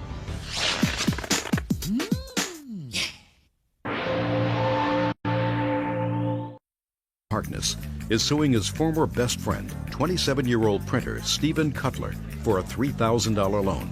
Stephen says John promised him the money after he won a huge settlement. Order. All rise. Thank you. Judge, this is number 388 on the calendar in the matter of Harkness versus Cutler. Parties have been sworn in. Judge, you may be seated. Sir, go seat, please. Former friends. Correct. Fight over money. Not correct, unfortunately. Well, that's why we're here, sir, because this is a dispute over money. Correct. According to you, Mr. Harkness, you lent Mr. Cutler $3,000. Yes, that's correct. Mr. Cutler says it was a gift. Correct. So why don't you tell me, sir, how did this loan come about? Well, in the beginning of 1995, Stephen was living in a house. He was renting a room. He couldn't live at home. His father, they kicked him out of the house, and he couldn't live at home. He had nowhere else to go, and he was also getting kicked out of this new apartment that he had gone into. And he came to me and said, you know, John, can you give me $5,000? I said, Stephen, you know, $5,000 is a lot of money. You know what I mean? I really can't give you $5,000. I said, What kind of work do you do that you had well, thousands of dollars? unfortunately, when I was younger, I had cancer, and I had gotten a settlement for it. And so when How did you get a settlement for having cancer? Well, because I was misdiagnosed for not having it. And then I did have it, so it was a big, drawn-out thing. When I was 19, I got a settlement and put it away and invested it for my children. How much did you get? It was about $500,000. So And Mr. Cutler, you knew that he was getting a settlement? Yes. Okay, go ahead. So Stephen came to me, like I said, asked me if I can give him $5,000. He didn't say lend, and I said, Stephen, I can't give you $5,000. I can let you borrow $3,000. He said, oh, come on, you can give me $5,000. You got the money. I said, Stephen, it's not about if I have the money. I can't afford it. You know, I was going to school. I put myself through college, and that was even before I got the settlement. So I've been working hard my whole life to save my own money. He said, come on, please, please, please. You know, I said, all right, listen, I can let you borrow $3,000, but you got to pay me back. He said, well, I can't pay you back right away. I said, Stephen, I know you don't have money. If it takes you a year to pay me back, just pay me, you know, in drips and drabs, whatever you can, you know. So I gave him the money. He was so happy, you know. He said, thank you. My witness was present. What, did you write him a check? I wrote him a check. And when I went to write him the check out, he said, don't write the check out to me, write it out to my father, because I don't have enough money in my account to cover it. Well, I said, that, you know, seems pretty sensible. He was asking me for the money, so obviously he didn't have money to cover it. And he said, I need the money right away because I have to put it down on a new apartment. So I said, no problem. I wrote the check out to his father so his father could cash it. After I gave him the money, I saw him less and less over the next 6 months. Come that October, I went back to college to get my bachelor's degree. And then I saw Stephen less even more. So I called Stephen up. Hey, Steve, I haven't talked to you in so long. How you been? What's going on? This and that. We talked like old buddies, like nothing had ever happened. Soon as I mentioned the money. What money? I said, Stephen, come on. You know, we grew up together. What do you mean, what money? You know? He said, you said that was a gift. I said, Stephen, come on. Who's going to give somebody $3,000? I was like, I haven't even given anybody in my own family $3,000, let alone a good friend. I said, I can let you, I let you borrow it. We said, that's not what you told me, and hung up the phone. Okay, stop. Mr. Cutler, did you need money? No, I did not, Your Honor. You were working in 1995? Yes, I was. What kind of work were you doing? Working in a soda distribution company. Doing what? Forklift work and just distribution, loading trucks up. Okay. Were you evicted from residences at that time? No, I wasn't. Your Honor, well, tell me. Your Honor, that's a lie. Just a second. We let you speak. Get back in a second. You don't deny that he transferred, I'm not going to say gave, loaned, or whatever, he transferred $3,000 to you for your benefit? Yes, he did. Yes, he did. Now, you tell me how that came about, sir. We were longtime friends. We grew up together in the same neighborhood. And I knew John was getting a settlement, and he said to me, he said, Steve, he said, if I ever get a large settlement, he says, I'm going to take care of you and George Altz because you guys have been my best friends for so many years.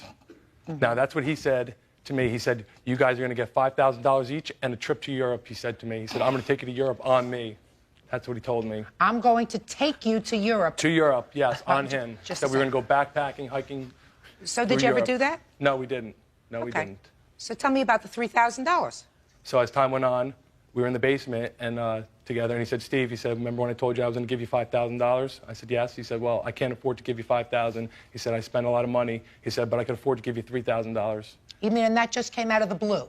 Yes. Just to hanging out in the basement? Yeah, yes. Did you say to him, what happened to the backpacking that we were going to do, the traveling no, we were going to do? I never brought up Europe. I wasn't going to be greedy. I figured whatever, you know, he was going to give me, he was going to give me. So it just came out of the blue? To be honest with you, it's been a few years. I don't remember the exact conversation, how it was brought up. I do. To be honest with you. Go ahead. It never took place in my basement. Yes, it did. When he was living in the house and he was getting kicked out, that's when the money transpired, actually. Mr. Alt was present. He was present? Step up here, sir. Yes, he was. Your Honor, Step he's lying, Your Honor. Just a second. That's my strong suit, sir, to tell who's lying. What makes sense? Common sense. Yes. How you doing? Your name is... I'm George doing Waltz. fine. How are you doing? Good. Pleased to hear that. Your name is? George Waltz. Basically, me and Steve talked about getting a loan from John. Actually, it wasn't a loan. We wanted to receive $5,000. Stephen ended up asking him. I just kind of stayed off to the side. Short time after, Steve came back and said, he's not going to loan us $5,000. He'll let us borrow $3,000. Why were you looking to borrow money? Because I was in debt at the time, and I had a lot of bills. So did Stephen.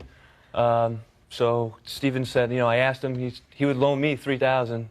I said, I don't want a loan. If he's going to give me $3,000, I'll take the $3,000. I don't want another loan to get out of debt, to get back in debt with a friend. So I said, it's not even worth it. Why would you think that your friend, Mr. Harkness, would give you money? Like, we grew up together. I would. You got to understand our circumstances. You know, we've been through a lot since little kids. I thought maybe we can get some money from him as a friend. Sure, step up here. Who are you? My name's Joseph Smeltzer. I know all three of these men here for well over 15 years. When John received his lawsuit, for years, well before he received it, Steve and George had been his best friend, lifelong best friends. John had bragged countless times, and specifically, that he was going to take care of them financially and give them a gift. That's a lie, Your Honor. Just a second. Were you present, sir, when you heard any discussion about $5,000 and a trip Yes, to Europe? I was, many times. No. He made a lot of promises to a lot of people, not just Steve and George. I mean, he bragged that he was going to take care of a lot of people in many different ways. Shh. And just a minute, a lot of people do that. Yes, they do. A lot Absolutely, of people do that. But you got to consider the fact when best friends of this nature, they're considered like family. They grew up all their lives. It's more like family. It's like if I came into $1 million tomorrow, I'd have no problem giving Steve $5,000. Judge Judy continues in a moment. He's a bitter man because I couldn't be friends with him no more, because he had a swelled head and I couldn't deal with him no more. And later today, You're going to give a box of ashes to your children and say, here, hold your grandmother? real cases, real people. Judge Judy. John Harkness wants his former best friend, Stephen Cutler, to give him back the $3,000 he loaned him.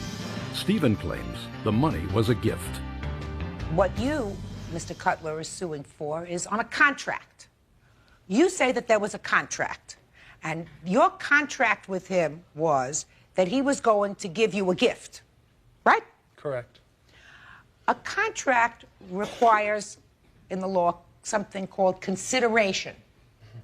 There has to be something that you give to him and something that he gives to you in order for it to be enforceable.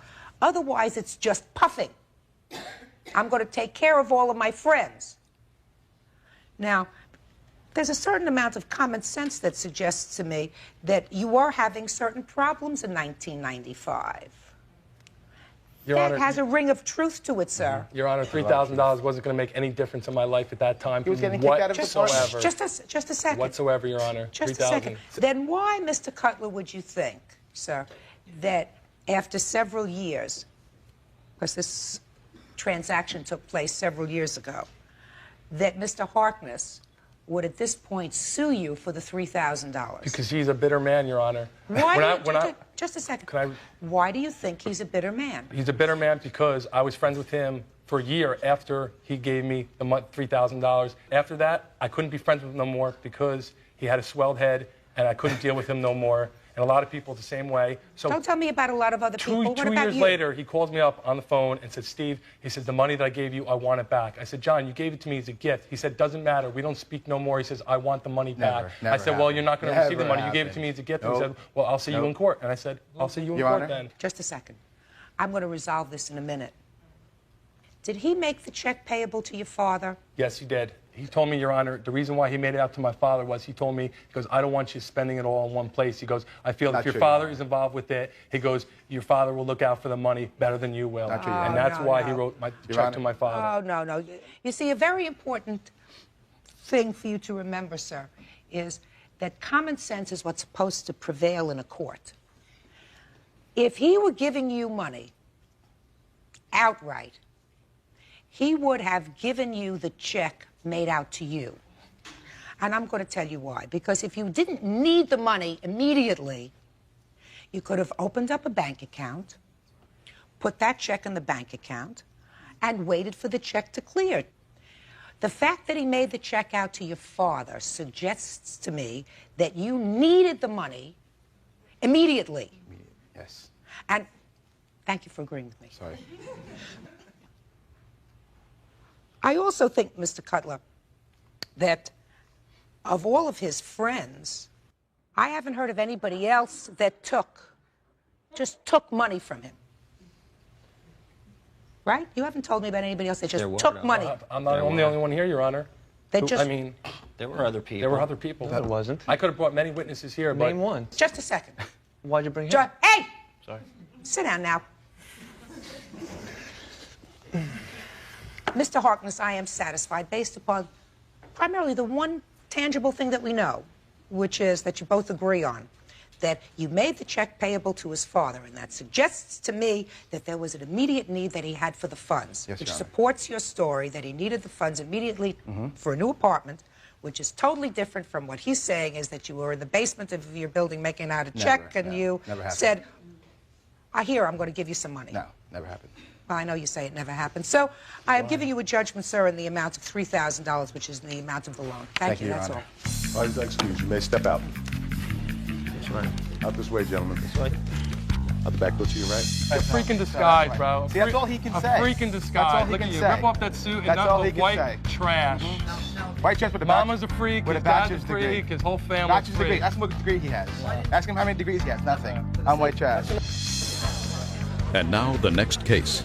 Parties on Gendron versus Gendron. Step forward, please.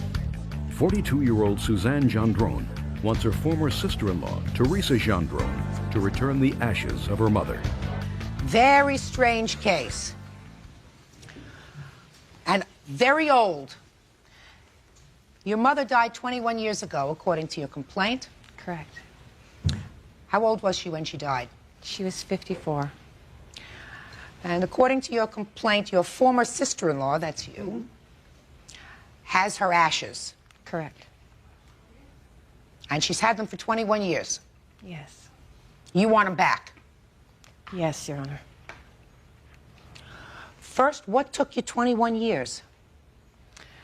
I have been asking her since my children were born. We had an agreement that if and when I had children, because I was not married when my mom passed on, if and when I had children, that she would give the ashes to me to watch over my children. And when did you make this agreement? This was the year after my mother died, and we had agreed to that. And I began asking her for them when my daughter was born. My daughter, Sarah Louise, she's named after my mom. And I have not been successful in getting them from her since then. And we need her very much. Judge Judy continues in a moment. You don't know what it's like growing up in a house full of men You know, it's with not no like woman's Susan. touch. Susan, I'm No sorry. one- What woman's touch are you going to get from an urn or an ash? Real cases, real people. Judge Judy. 42-year-old Suzanne Gendron wants her former sister-in-law, Teresa Gendron, to return the ashes of her mother. Hello. How are you? So? So, I never agreed to give her back the ashes when her children were born. My mother-in-law confided in me that when she passed away, she wanted to be cremated, and she wanted her ashes thrown where her father used to dock his boat in Long Branch.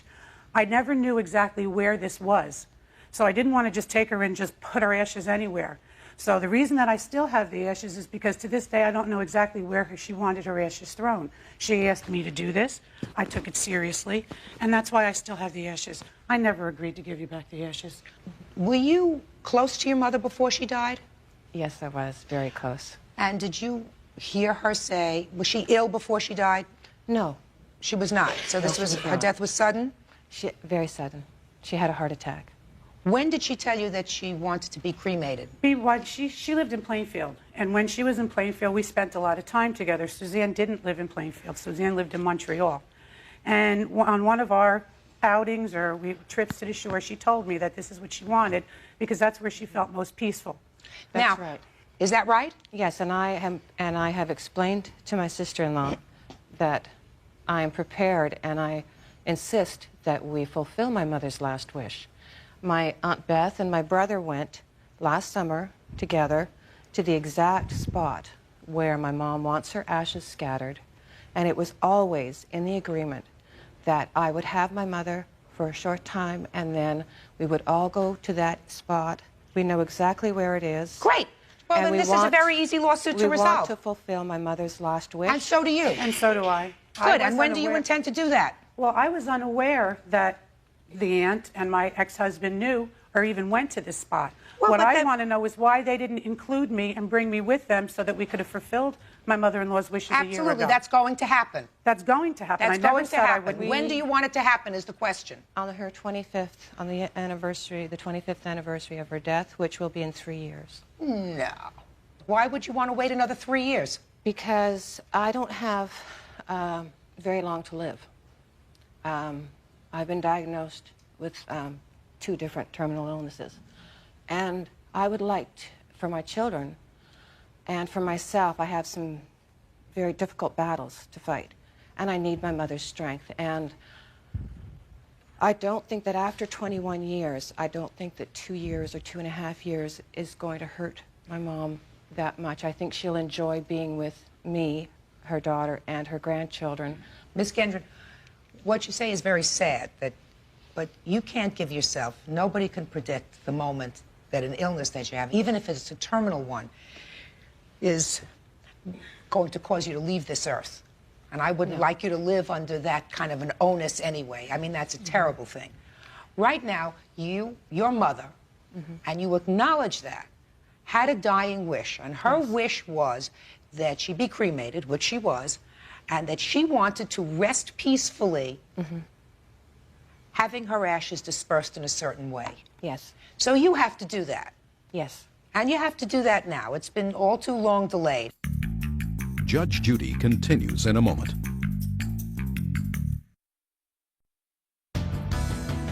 What is clear to me is that every person has the right to dictate what happens to them at the time of their death. Your mother did that.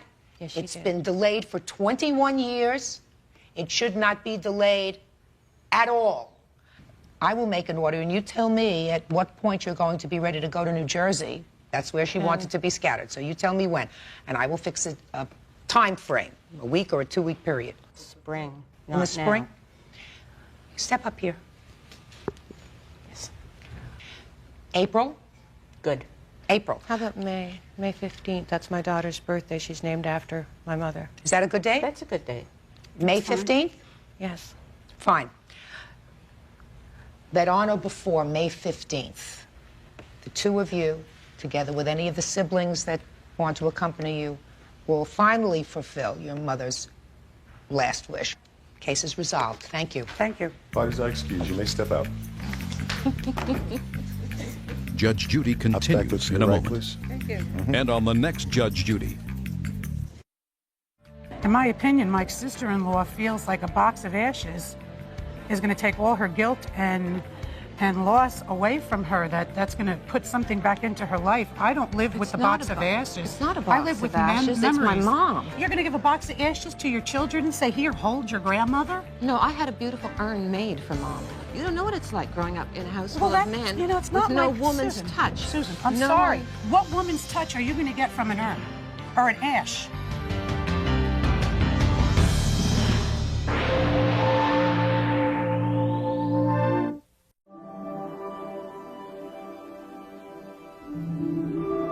her landlord, John Gonzalez, 29, for wrongful eviction and ruining her living room furniture with a water hose.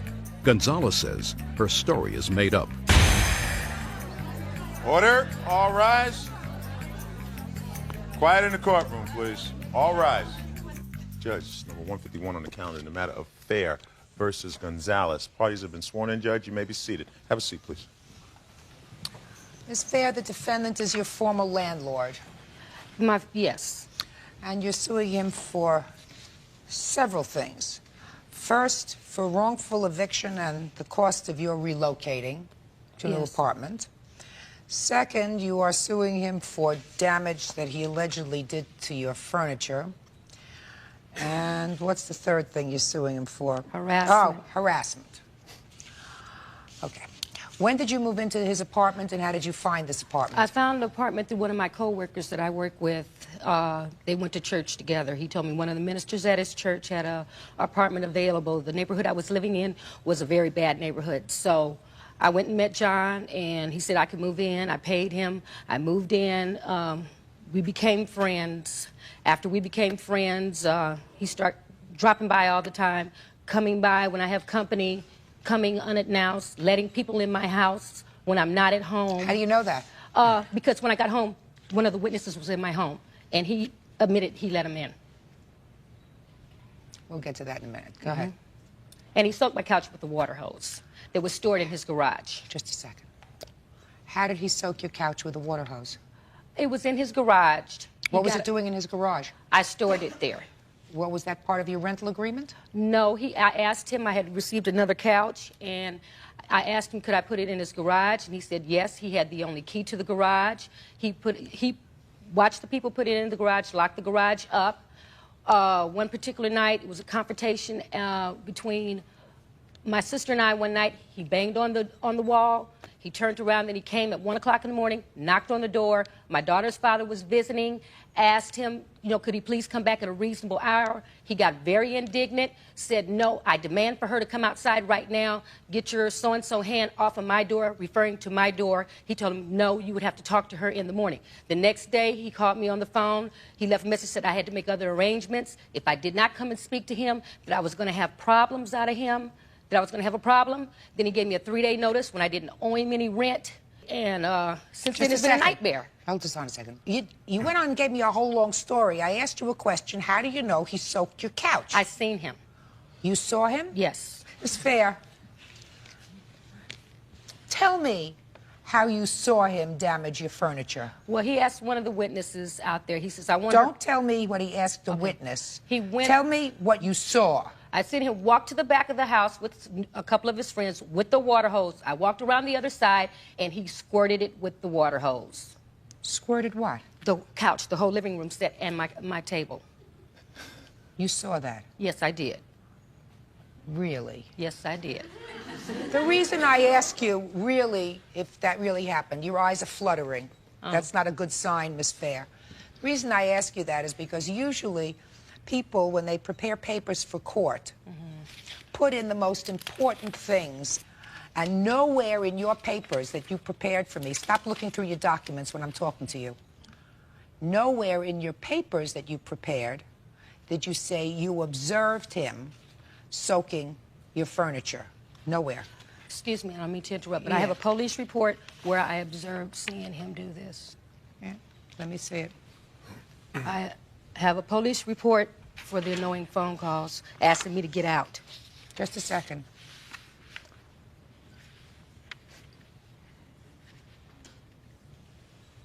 What was the date that you say you observed this? 6:30, June 30th.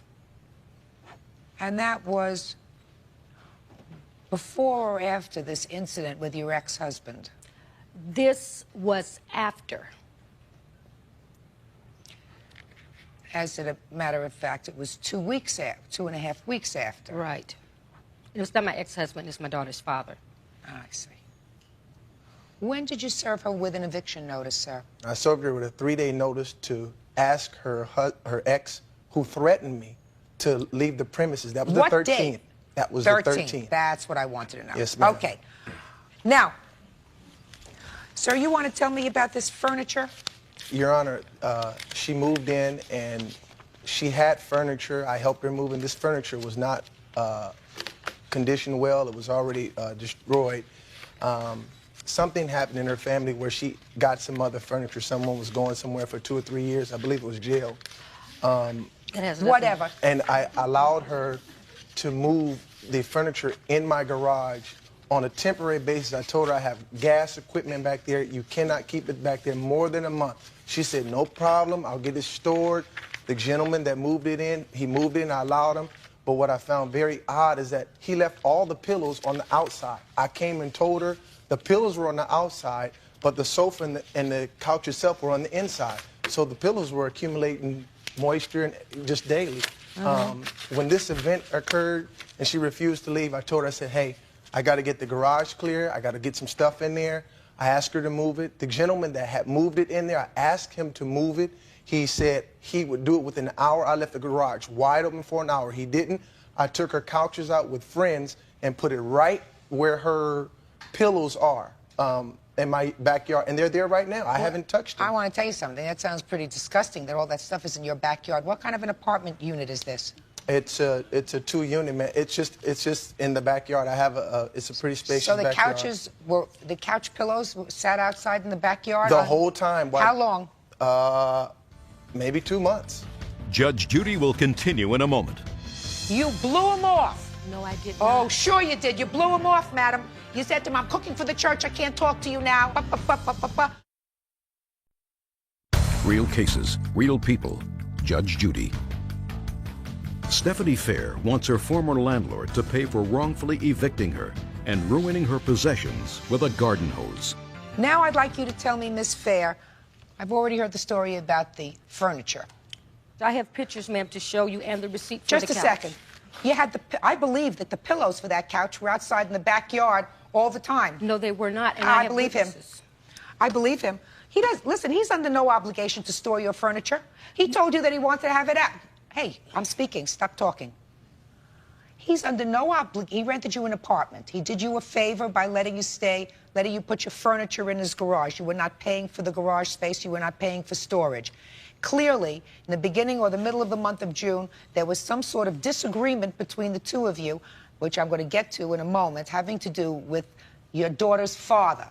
Clearly, that was a problem. It's a problem that I read about in the papers, and it's a problem that I heard just now. So then he said, get your stuff out of the garage. He can tell that to you in an hour, in a minute, in 5 minutes, in 10 minutes. He gratuitously let you use it. But he didn't say it directly to me. He told the gentleman, he says, when is she going to get her couch out? He says, well, when I move her, which I was planning on moving, she will get it out. He stood there with his friends laughing, about 5 or 6 of his friends, went and took the couch out. Later on, he came back, and I went to the police. I heard about the couch. I'm moving on to something else. Okay, that's fine. Okay. I see the letters that you sent him. The letters that you sent to him clearly suggest to me that you were looking for him to give you money. That's what they say. You talk about the California Rent Board, for him to tell you why you want him to move, and to discuss relocation fees. So clearly these letters of June 28th suggest to me that you wanted him to give you money to move. So what I would like you to do now is to tell me what was the nature of what you call harassment. Okay, I have a phone harassment letter here from where he kept calling me, asking to move. We had been friends. Just a second. Okay. Don't talk fast. Okay. Phone harassment. Yes. What kind of phone harassment? Telling me that he was going to throw me and my daughter out if we didn't get out because he was upset. He was friends with my daughter's father up until my father threatened his male ego or something and told him, please, you can talk to her in the morning.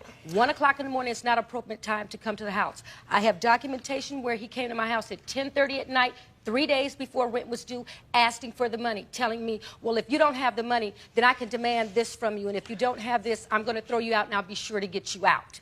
He kept calling on the phone from 67 times from the 13th to the 17th, telling me he wanted me out. It was a nightmare for me to have to be harassed. The kids go to dump the trash. My child had to be harassed. My niece had to be harassed. Just a second. Hold on a second. Hold on. He told you that he wanted you to move on the 13th. That's what you're... Just a second. Okay. Is that right? Yes. He told you he wanted you to move on the 13th. Now, I would like you to tell me, Mr. Gonzalez, March, April... She moved in March. Yes. March, April, May, any problems?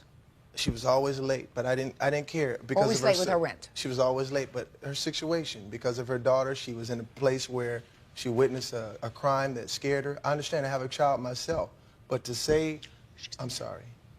In March, in April, and May, other than being late in her rent, was she a reasonable tenant? Yes, she was. What happened, and you had no problem with her?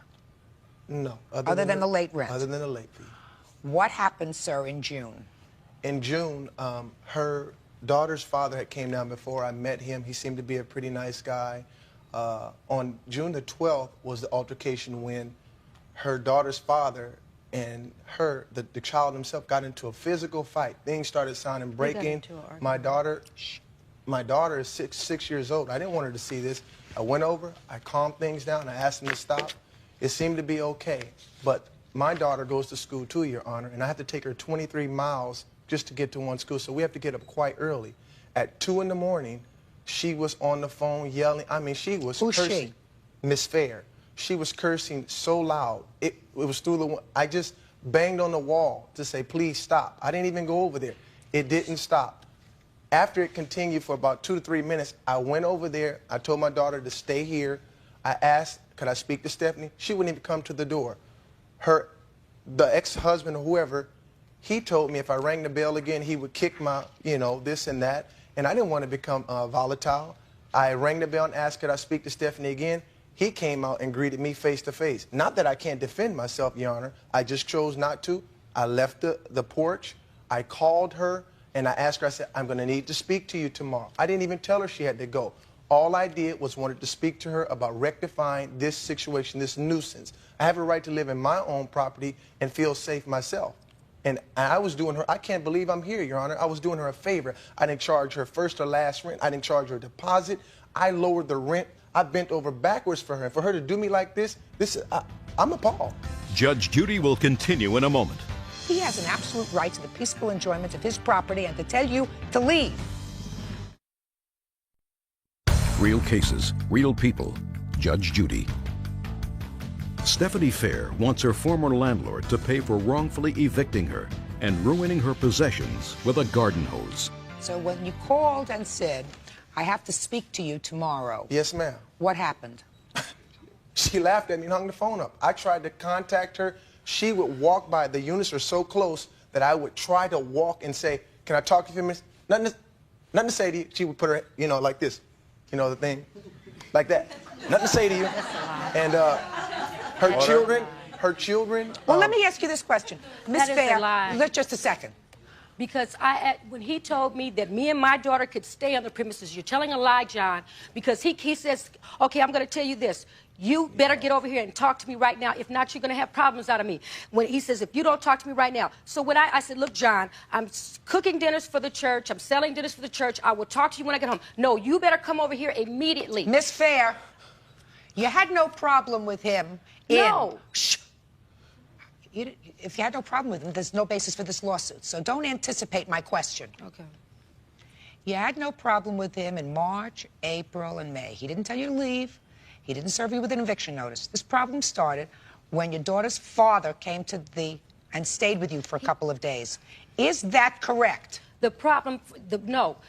Because I had gotten an argument with my sister. He had never had any problem. Him and my daughter's father were friends. They socialized, they sat and ate dinners and stuff together. Okay, now what I'm saying is I'm saying is, tell me what happened that he did to you to harass you in March. In March, he didn't do anything. Good. Tell me what he did to harass you in April. Coming over to my house all the time. That's baloney. Tell me what happened in May. Nothing happened in May, ma'am. Right. What happened in June when your daughter's father came to visit and there was noise coming from the apartment. Then it all started, and when he tried to rectify the situation or try to talk to you, you blew him off. No, I did not. Oh, sure you did. You blew him off, madam. You said to him, I'm cooking for the church. I can't talk to you now. So he served you with a notice. Then you serve him with this thing. Where is it? Where's this thing? And you say, you want me to move? Pay me money. That's what you said. Not only pay me money, but these were all the things that you said you were going to fix in the apartment that have never gotten fixed, right? Yes. Kitchen countertop, bedroom sliding glass, closet door, all these things that you say weren't being fixed. You were, at that point, after you were served with a notice, because he didn't want unruly people living next door to him in his house, then you started setting yourself up to get money from him. That's unreasonable. I did not set myself up. He knew my situation. For him to harass the children, I have witnesses here that was here for him to let people into my home when I asked him not to let people into my home. What people? Before this Just a even second. occurred. What people did he let into your He let home? Benita Wade, the witness right here. Well, this is somebody that you know? Yes, it is. Well, how do you know her? She's my friend. So what do you mean he let her into your house? Step up here. You? Not Benita. Who's Benita? Step up here. Did he let you into the house? Yes. Tell me how that happened. I was there waiting for her to get home, and she Right. hadn't arrived yet. Yes. And he said, well, I'll let you in. Good. Nice. Sit down. All right. So now I've heard the couch, I've heard the harassment, and I've heard relocation fees. Now, I'm about ready to hear your side, sir. On what date did she finally move out of the apartment? She moved out on, it was July the 20th, Your Honor. Okay, is that correct? No, I moved out on the 19th, and I have a receipt. Fine, you moved out on the 19th. Did you pay rent for the month of July? No, I didn't. Good, you owe him money.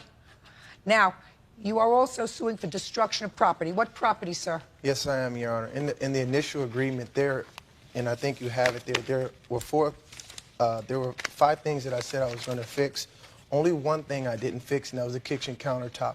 I let her move in early. She had voiced... What did she destroy, sir? Stop giving me a whole story. I'm sorry. There's the repair to the rear bedroom door. She had someone I guess she said something's wrong with the door. She had them nail it. The whole frame is broke. All of it's broke. And the kitchen floor is, her refrigerator leaks. And I can't replace the tile. The floor is warped. And I got the best estimate I could get. They were doing me a favor by doing this. I went out and did this for her to get. I'm not trying to get any money from her that she doesn't owe me. I just want to be compensated. Judge Judy is ready to rule.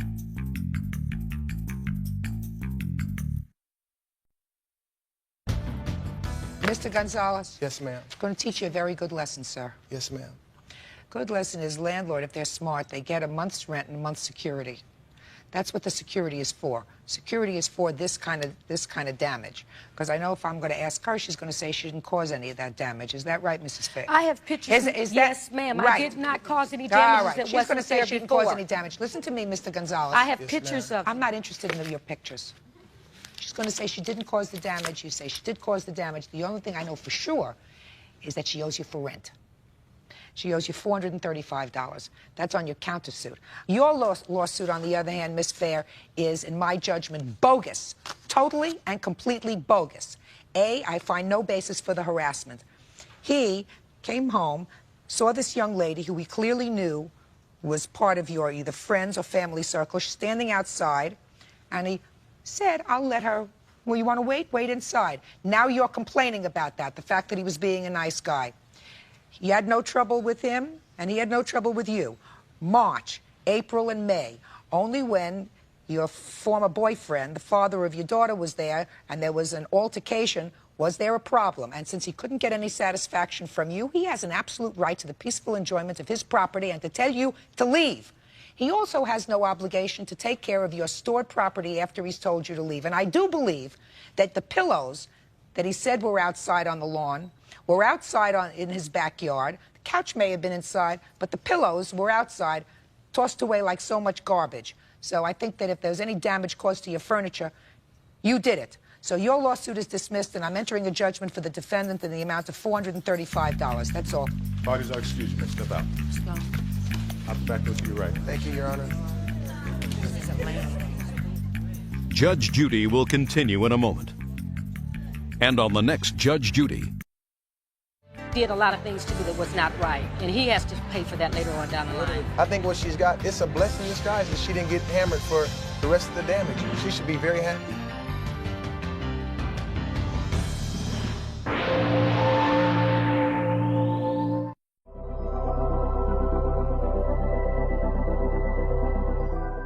Are fighting over the extra space in a burial plot that Preston wanted for himself. But he claims his sister secretly put her late mother in the grave instead. Order. All rise. Guys, number 24 on the calendar in the matter of Simmons versus Simmons. Parties have been sworn in. Judge, you may be seated. Have a seat. Mr. Simmons, this is your sister who you're suing because you say that she buried your mother in a grave that you purchased almost 30 years ago. That's correct, Your Honor. So let me hear the story. Okay, years ago, me and my brother were very close. He's 1 year, 1 week behind me. It was always our intentions that whoever died first would purchase the grave and we would be buried together. Just a second. According to your papers, sir, your brother died in 1969. That's almost 30 years ago. That's correct. How old was your brother when he died? 24. And so you're telling me that you and your brother, you were at that time a year apart. So you were 24, he was 25? Or you were? I was 25. I'm the oldest out of 7. You're the oldest. So at that age, at age 25, you and your brother talked about dying? No, we didn't talk about dying. Well, you had to talk about dying if you talked about where you wanted to be buried together. Well, that you wanted to be buried together. We talked about going into business together. And going into business is not dying. Yeah, okay. Sometimes it's dying. But Mr. Simmons, are those prescription glasses, sir? Yes, it is, Your Honor. Mr. Simmons, are you telling me that 30 years ago, you talked to your brother about where the two of you wanted to be buried? That's correct. All right, I'm waiting for the rest of the story. Go ahead. Okay. So our agreement was whoever died first would buy the grave, and we either be buried side by side or on top. We also agreed that whoever died first, one would carry the other one's first name as their middle name. In 1969, on August the 30th, my brother was shot and killed. He died in my arms. It devastated me. When we paid for the funeral, there wasn't enough money to buy his grave, but it was always our agreement, our oral agreement, that I would buy the grave. I bought the grave and had it dug extra deep. In February of Why did you have it dug extra deep? Well, because there wasn't any plot left for me to purchase by his side. So we had to dug extra depth so that when my time comes, I will be buried in that same grave. Okay, can I see the proof of that purchase, sir? Yes.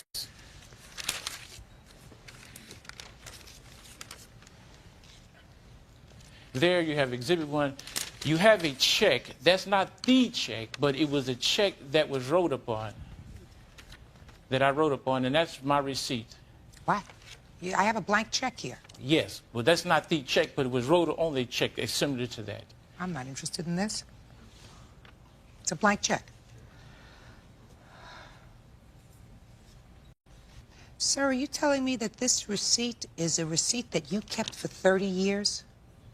The God's faith, yes, 30 years.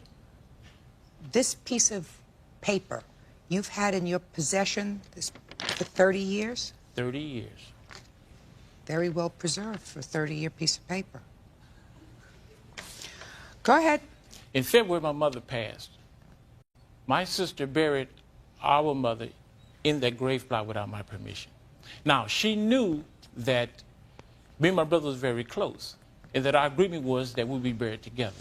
Mm-hmm. Now, she received money from the insurance company, plus, well, here's a chiller and the thriller.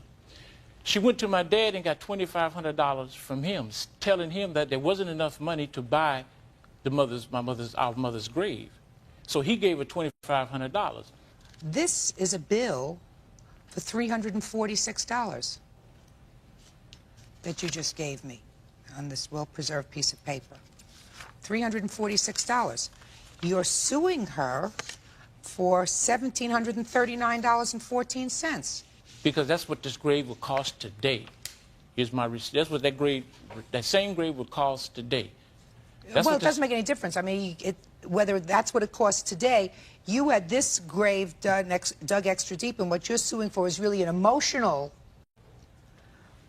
situation where you say you can never be buried now next to your brother or on top of your brother because they used the grave. So whatever it is, you would have to purchase a different plot anyway. So. It is not fair. If I drop dead right now, I would have to go and buy a grave. No, you wouldn't. Not unless you found some magic, sir. Somebody else would have to do it.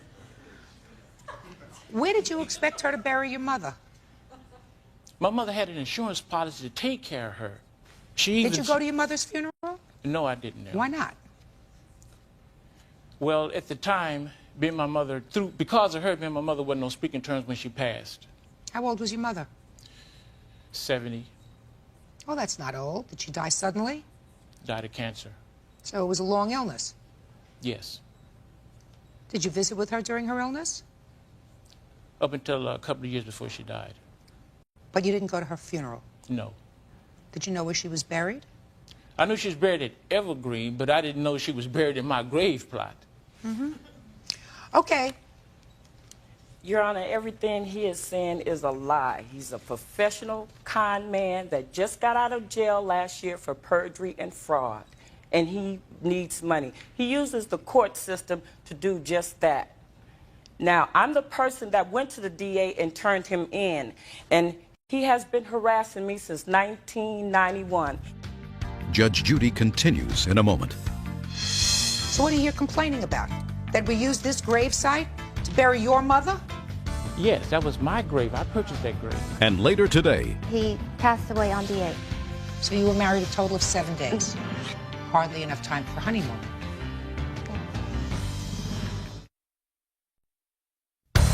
Real cases, real people. Judge Judy.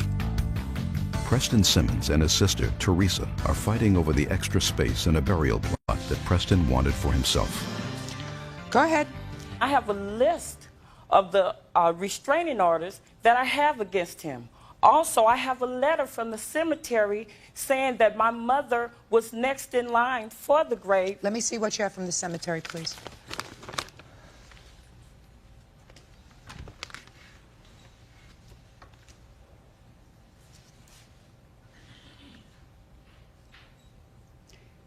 Terry Lee was your brother who was killed? Yes. And according to this letter from the cemetery, Terry Lee listed your mother on the papers before he died. No, my mother went and she gave Preston the money. She trusted him at the time to pay for the grave. Did your mother give you this money? No, mother didn't give me the money. I paid for that grave myself, and I paid with it by a check. You mean like the blank check that you gave me? Yes, it was wrote up on a check, exactly like this check here. The check number is down at the bottom on your right-hand side of my receipt. I have a witness, an eyewitness who was there when I bought the grave. He was a pallbearer at my brother's funeral. Excuse me, Your Honor, I flunky. He will tell any lie. Oh, just a second. I have to hear him, madam. It's my determination whether or not he's lying or not. Step up, sir. Tell me your name. My name is Andrew Garrett. Tell me what you know about this. Well, Your Honor, all I know is that when Terry Lee passed away, took Mr. Simmons down and he bought a plot. That's all I know.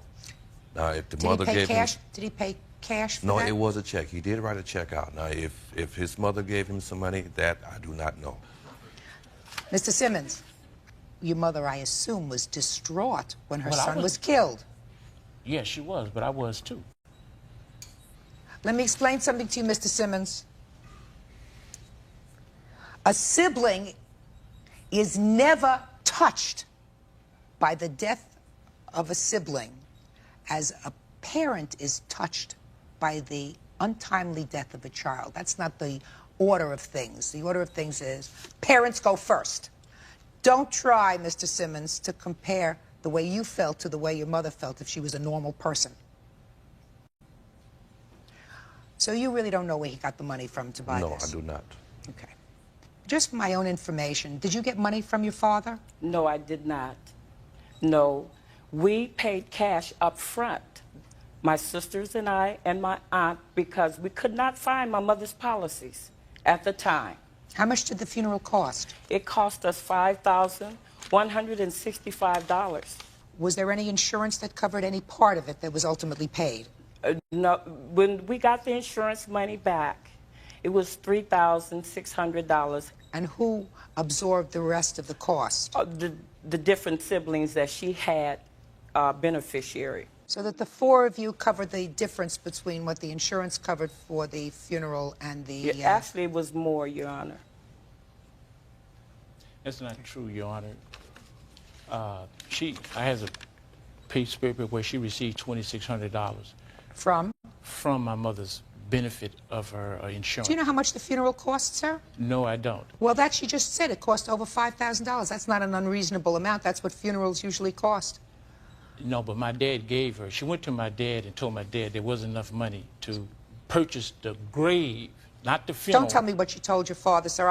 What I'm telling you is, even if she got, according to your papers, $2,500 from your father, even if I believe that, the funeral cost $5,000 plus. So what are you here complaining about? That we used this gravesite to bury your mother? Yes, that was my grave. I purchased all right, that grave. I've heard enough. This case is dismissed. That's all. Thank you. Parties are excused. Step out, please.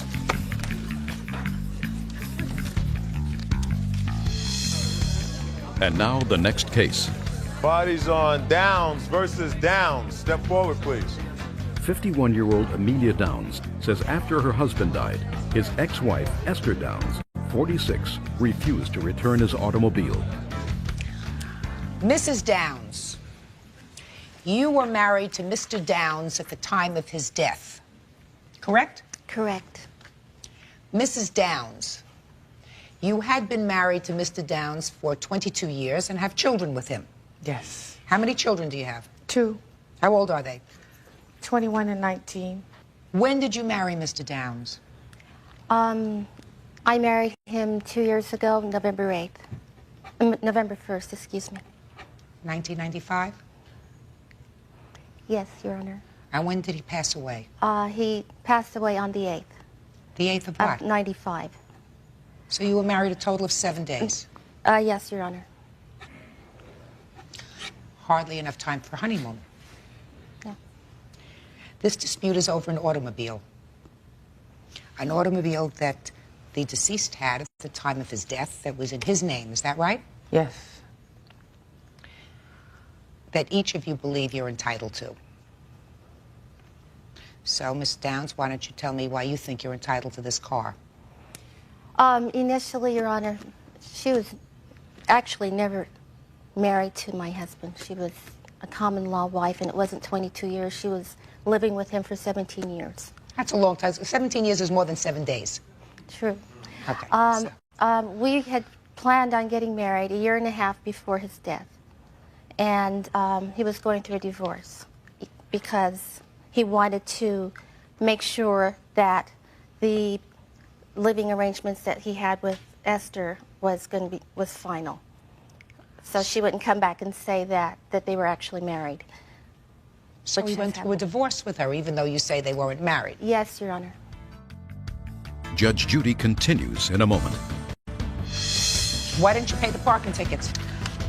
I paid a lot of them. You didn't pay all of them. You No. acknowledge you didn't pay all of them. Why didn't you pay them? I was unemployed at the time. That's not her problem. Real cases, real people. Judge Judy. Amelia Downs wants her late husband's ex-wife, Esther Downs, to return his car. Could we move on with this, please? During Get to the car. During the period of time that he was, we were planning for our marriage, the doctor told him that he had leukemia, but he didn't tell him he was going to die. And he was in the hospital for a period of time. During that period of time, the divorce papers were final. He was in and out of the hospital. Every time he went into the hospital, Esther would come and borrow the car. I think that was on 4 occasions that he was admitted in the hospital. And each occasion, she'd borrow the car. After his death, I told her I was going to come and pick the car up. She said, okay. I went to the house. When I got there, she said she changed her mind. I didn't argue with her. She drove me home. And the car was paid off. It was a brand new 1995 Concord, Chrysler Concord, and he had only driven it for 8 months. It was $22,000 and had a $17,000 payoff. Upon his death, it was paid off. And how was it paid off? The insurance that he purchased it from the credit union. Okay, so it's free, and car is free and clear. So she went to the credit union and told them that the car belonged to her. I told them that it belonged to him because it was in his name. They didn't know who to give the pink slip to, so she has had the car ever since. Ever since 1995? Yes. Now, you say that you spent some money on this car. Yes. Tell me about the money that you spent on this car. She got a lot of citations, parking citations, and other citations for not having tabs on the vehicle because she was driving it. And then the car was towed from in front of her house, where it stayed in the tow yard for 3 months. I assume she wasn't going to take it out, perhaps because she may, I don't know if she does or not, have another car. I was told that the car was going to be auctioned, so therefore I didn't want to auction. I said if I can sell the car. So I paid off her citations. I took the car out of hock, and all of that equaled $4,000 plus dollars. You have proof of that? Yes, Your Honor. Can I see it, please? Why didn't you pay the parking tickets? I paid a lot of them. You didn't pay all of them. You No. acknowledge you didn't pay all of them. Why didn't you pay them? I was unemployed at the time. That's not her problem. No, but it's my reason. No, but that's not her problem.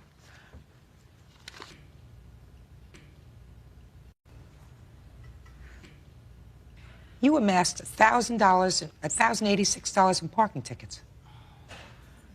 You or your son? Who drives the car? No, I did. You did? Yes. So they towed your car in order to get the car back because there was a lien fee, a storage fee of $26.98. I didn't have the money. So she paid it, $4,000? Yes. And you still have the car? No. Who has the car? I had the car towed to my house, Your Honor, because I thought I was going to be able to sell it, but I can't even Why? park it legally on the street because it's not registered. I can't register it because I don't have the pink slip, and I can't get the pink slip. Where's the pink slip? The credit union won't release the pink slip because she says that she owns the car, and I say my husband owns the car, and they want a judge to tell them who to give the pink slip to. All right. You have 2 minutes to tell me why you think this car is yours. I don't really think it's mine. I think my sons have an interest in his estate. Since he didn't have a will, I was named designator for something. My sons were designator for something else. So your sons receive funds? No, they haven't. They were designated beneficiaries, which they have not been able to collect. Well, I assume that eventually, if they are designated beneficiaries, they're going to be collecting that money. So. In your judgment of divorce, it provided that the car was his alone, correct? Yes. Okay. Judge Judy continues in a moment. It seems to me this car was purchased in 1995. $22,000 is what it was purchased for. Let us assume that it is depreciated over the last 2.5 years, and it is worth somewhere around $15,000. Let's assume that. You paid $4,000 just to get the car out of hock that you put the car in. Right? Yes. Good. So, I'm going to have my clerk prepare an order that the pink slip for the car be turned over to you, madam. Thank you. And that way, you will be able to recoup the $4,000 that you spent on the car.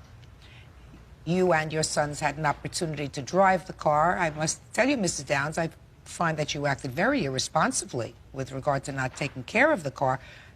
Your sons may have had an interest in it. They should have taken better care of it and made sure it didn't wind up in the pound. That's all. Parties are excused. You may step out. Thank you. Out the back door to your right. Judge Judy continues in a moment. Back door to your right. And on the next Judge Judy. I'm glad it's settled. I did tally up the tabs. Amelia deserves that. And as far as the car, you know, it's been awarded to her. I think that's fair if it makes up for it. I'm glad it's over. And good luck to you. Thank you.